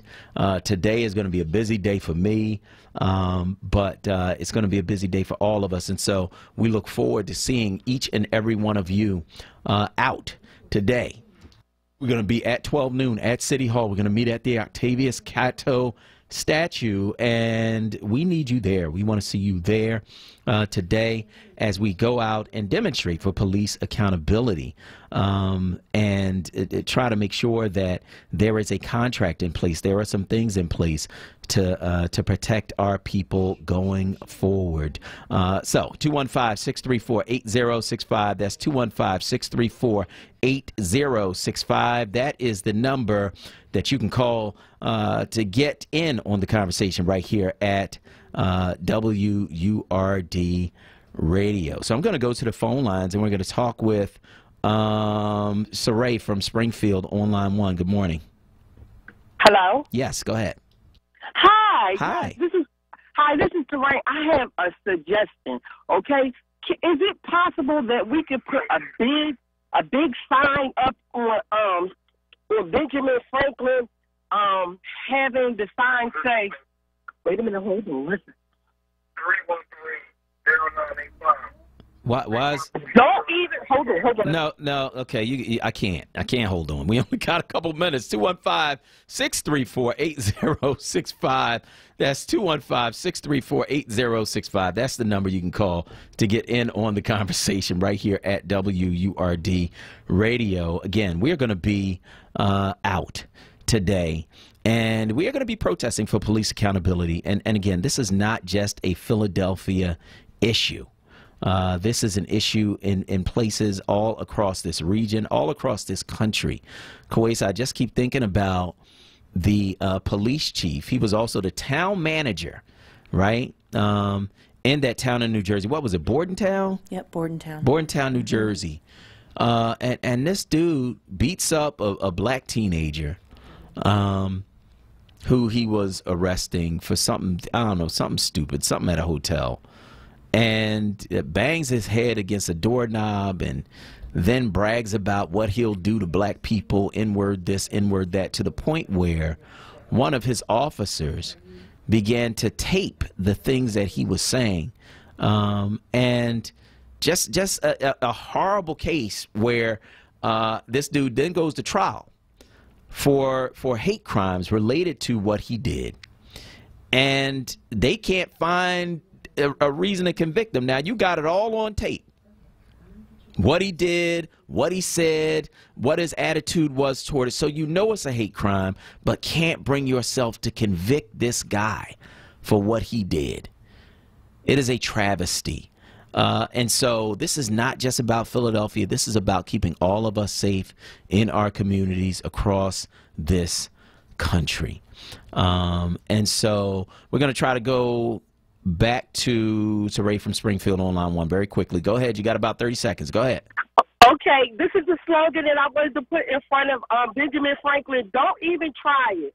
Don't even try to sell to developers in front of Benjamin Franklin. That was the slogan that I wanted to put. And the message would be to Jim Kenney, all right, mayor. Okay. I want to thank you for your call this morning. Thank you for your suggestion. We appreciate you.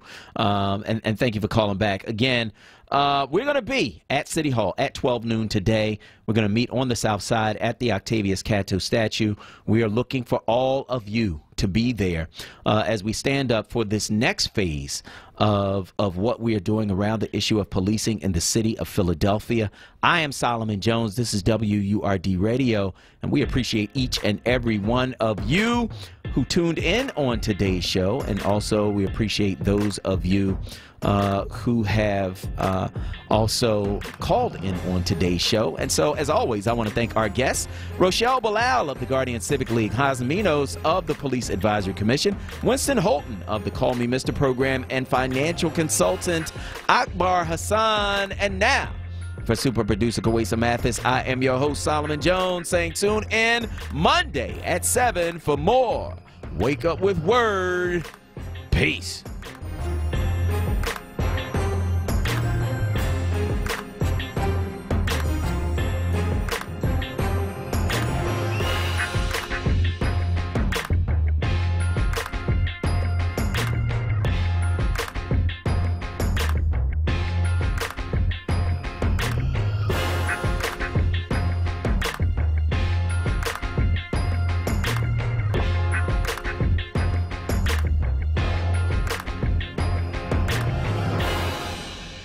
This hour was brought to you by Enon Tabernacle Baptist Church. Visit enontab.org. Enon, a place where people encounter God.